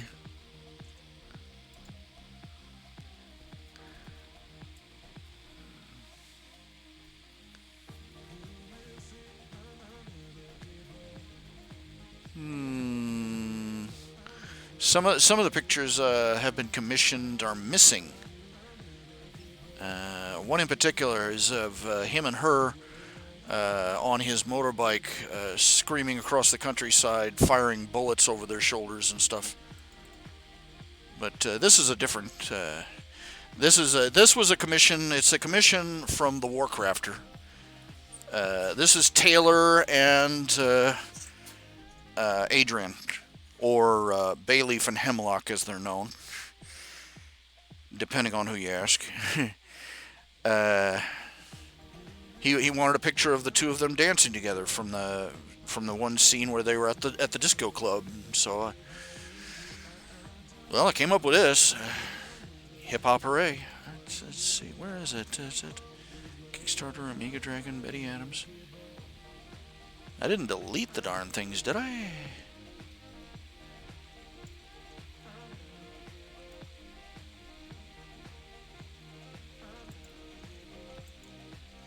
This was commissioned by somebody who was doing a fan fiction about one of Derpy Hoove's descendants.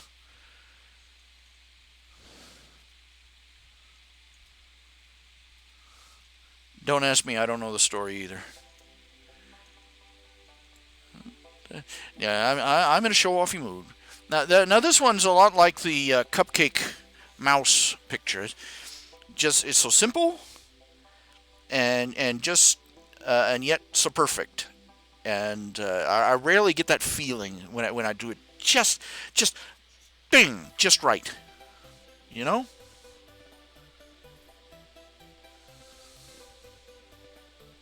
I had never heard the Baby Shark song before this was commissioned. I had to go YouTube it.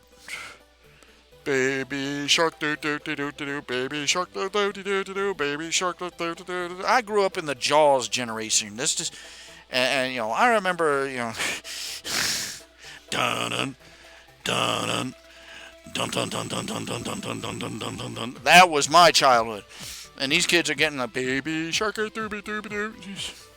It's everything. Everything.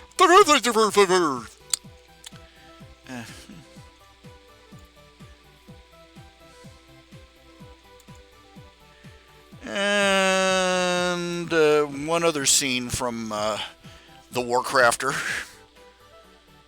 A little sparse on detail, I think.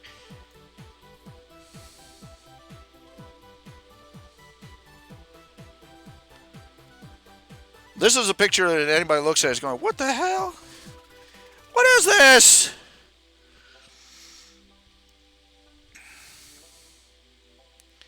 Interesting thing.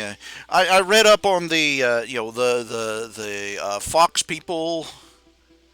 I've played far enough in the game that I've seen their backstory as to why they joined the Horde, and I'll give them props. I'll give the writers props. It's feasible. The Volparians, if anything, are even nicer than the Tauren are. But they were being enslaved by the snake people in Vol'dun. they were being enslaved by a faction of the snake people in Vol'dun. And in part of the gameplay, the Horde rescues them and frees your character frees the Volperans from the slavers.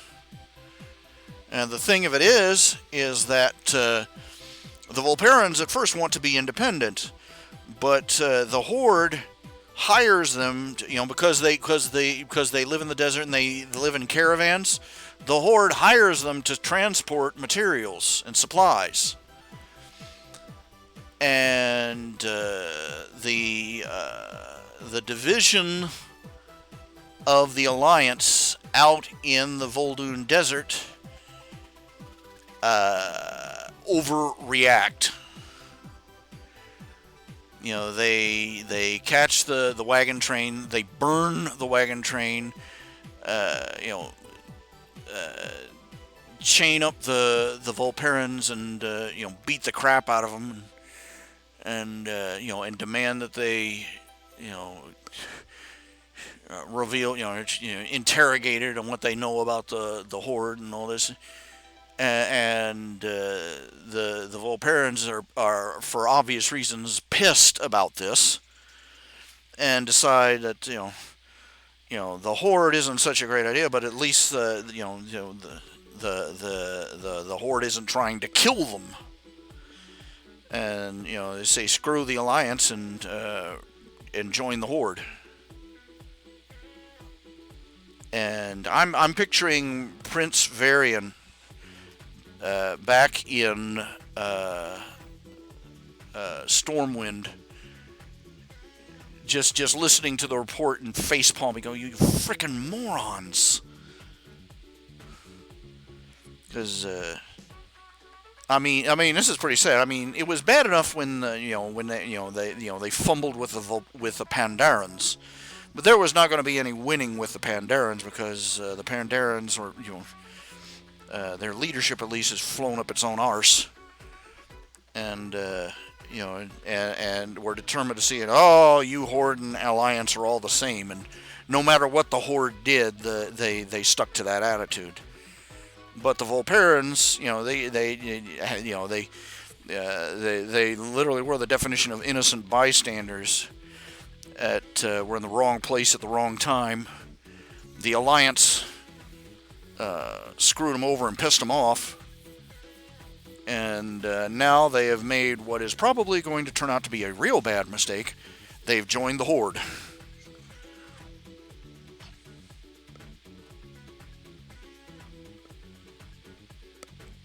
So I'll give them points for actually making a feasible reason for the Volperans, who had just escaped slavery to cannibal psychopaths, joining up with the Horde, which is full of undead cannibals and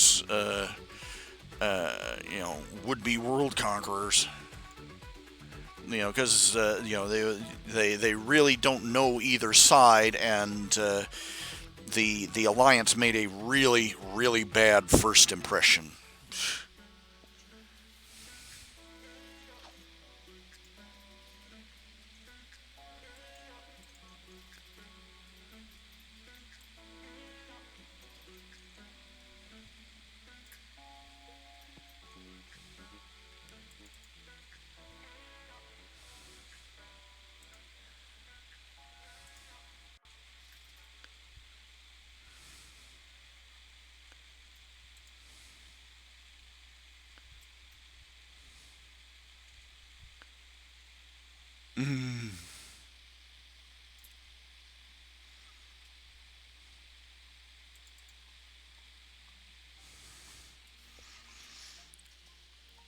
I labeled this one triggered. Okay. Yeah. Okay. Okay, that's enough of that. That's enough of that.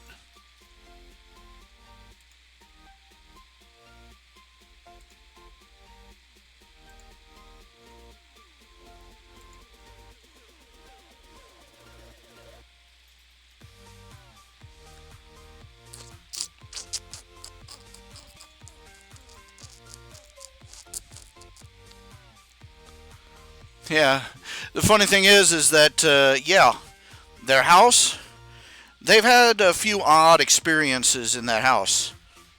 Uh, hearing doors open and shut, that kind of thing. So, meh, might be haunted.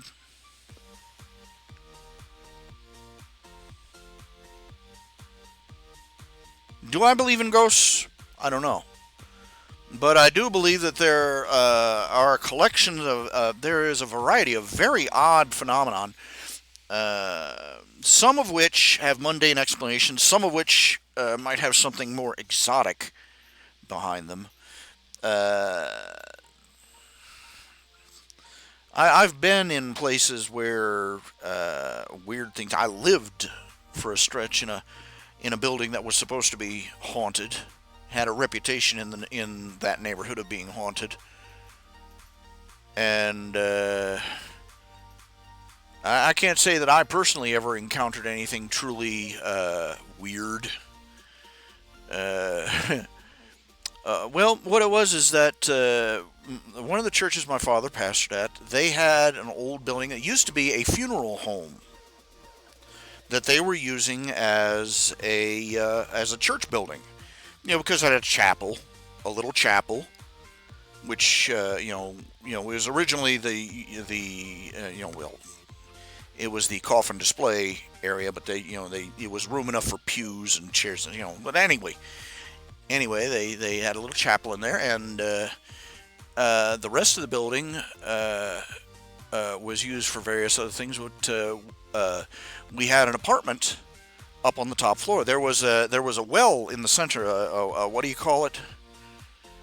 With a stairway down, and the upstairs rooms were arranged in a rectangle around it, and you could go from one room to the other through the doors, or you could walk around around the nave or whatever you call it.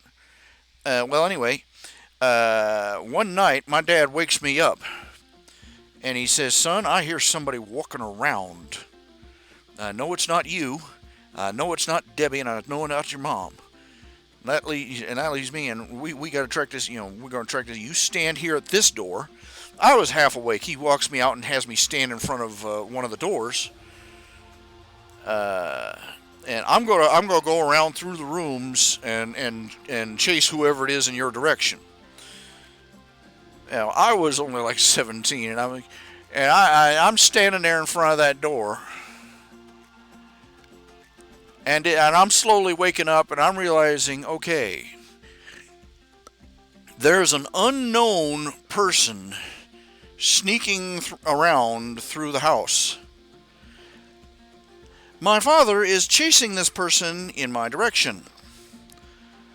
I am standing here in my jammies, unarmed. Now there were these old-fashioned old-fashioned fire extinguishers. I'm talking really old, 1920s old. They didn't look like those big red things that you see everywhere.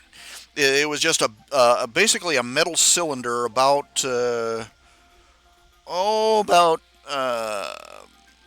big enough around for you to hold your hands around, double, and about 2 or 3 feet long, with a funnel, with a nozzle stuck on one end. There was no spray hose. There was no trigger. You were just supposed to flip the switch, point the funnel at whatever was on fire, and one of these was mounted on. It was an antique. It had been painted over. It was that old. And one of these antiques was stuck up on the wall next to that bedroom door. And I'm like, I reach up there, pop that sucker off the wall, and I'm standing there holding it like Babe Ruth, ready to swing for a homer, And my dad comes through. I came within an inch of planting that thing between his ears. He joked about it the next day, but we never found out what that noise was. He followed it all around the house.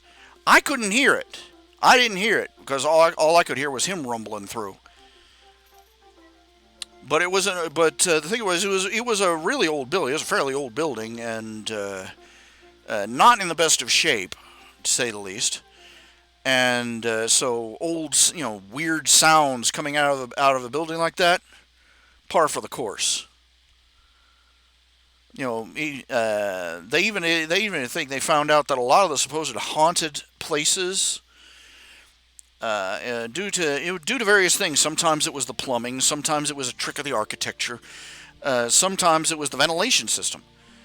But there would be a section of the building that when the air flowed through it, it would vibrate at a certain frequency. Let me see. Is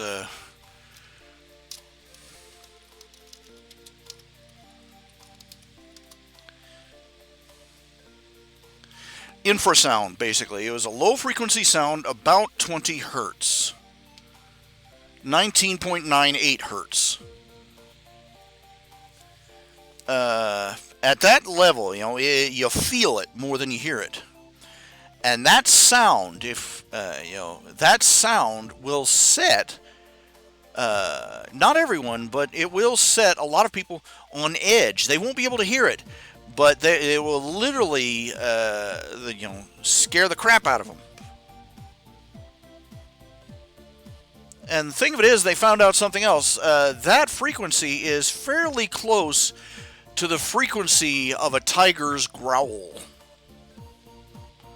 Gee, I wonder why we are instinctually afraid of that noise. Here's another interesting thing. The sound of fingernails across the blackboard? There is a species of howler monkeys that makes that screeching noise. It's an alarm sound for them. They usually shriek that noise when they see a large predator.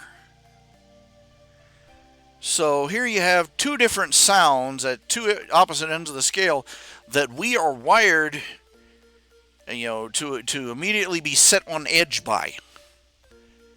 Because they are literally screaming at the back of the brain, predator, big one, coming your way.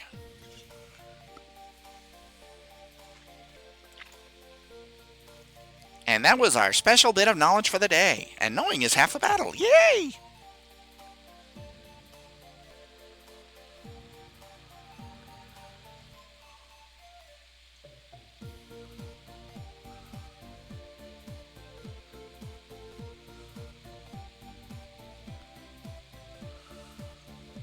Oh, here we go.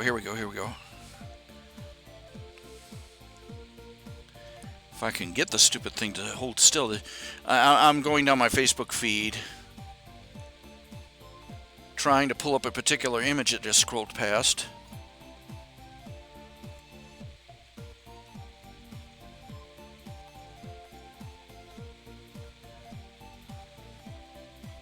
Dang it.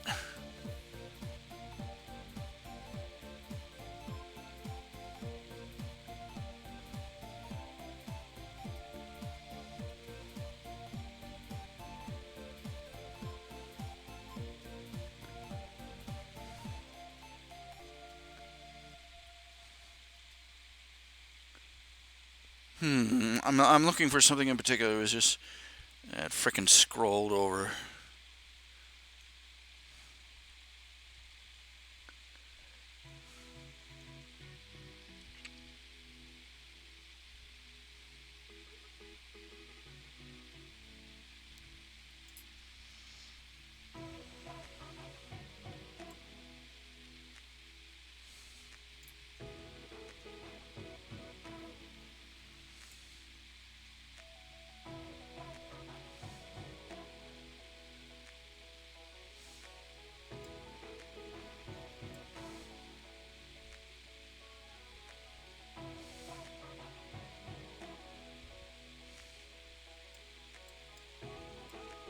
The computer just doesn't want to cooperate with me today. I'm looking for a particular image, and no, it's not going to do that. It's not going to show the image. Let's see Daniel Meyer here. Let's go see Daniel Fooey on it. Go to Daniel Meyer's site.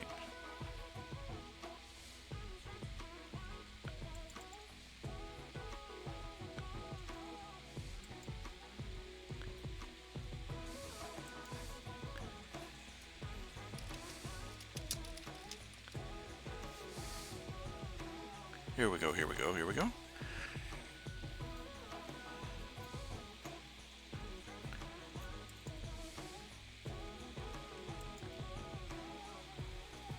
Okay, there we go.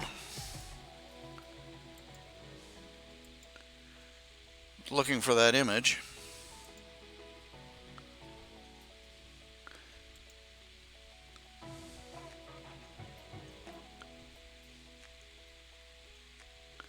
That's the image I was looking for earlier. He uses that whenever he talks about a movie he saw. But this is the counterpoint to it.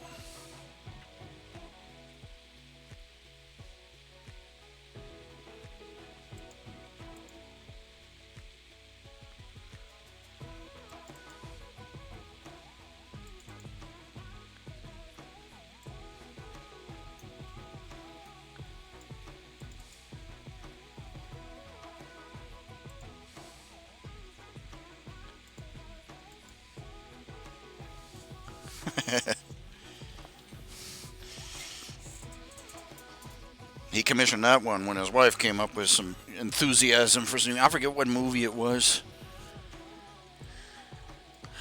Some Hollywood heartthrob, I think. I don't know. But, yeah, there we go. Okay, that's enough. That's enough of that.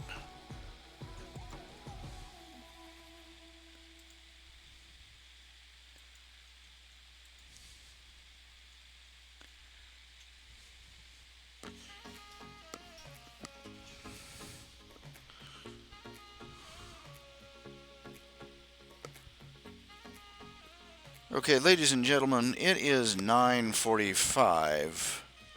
Well, 9:44 on a Monday night. I hope you had some fun. I hope you had some entertainment. I am going to be going offline now.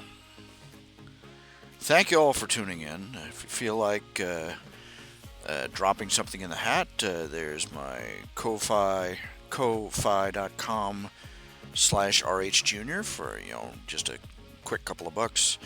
I have a Patreon if you'd like to become a patron of the arts, and there is a PayPal button as well on my home webpage at www.rhjunior.com. I also have links on my homepage for commissions, book purchases, and more. Feel free to check all that out and check out the archives of all the artwork and comics and all the other fun stuff. But for now, I think I'm going to wish you all a good night. Thank you very much for tuning in and helping me hold on to the dwindling threads of my sanity. You all take care of yourselves out there, okay? Good night.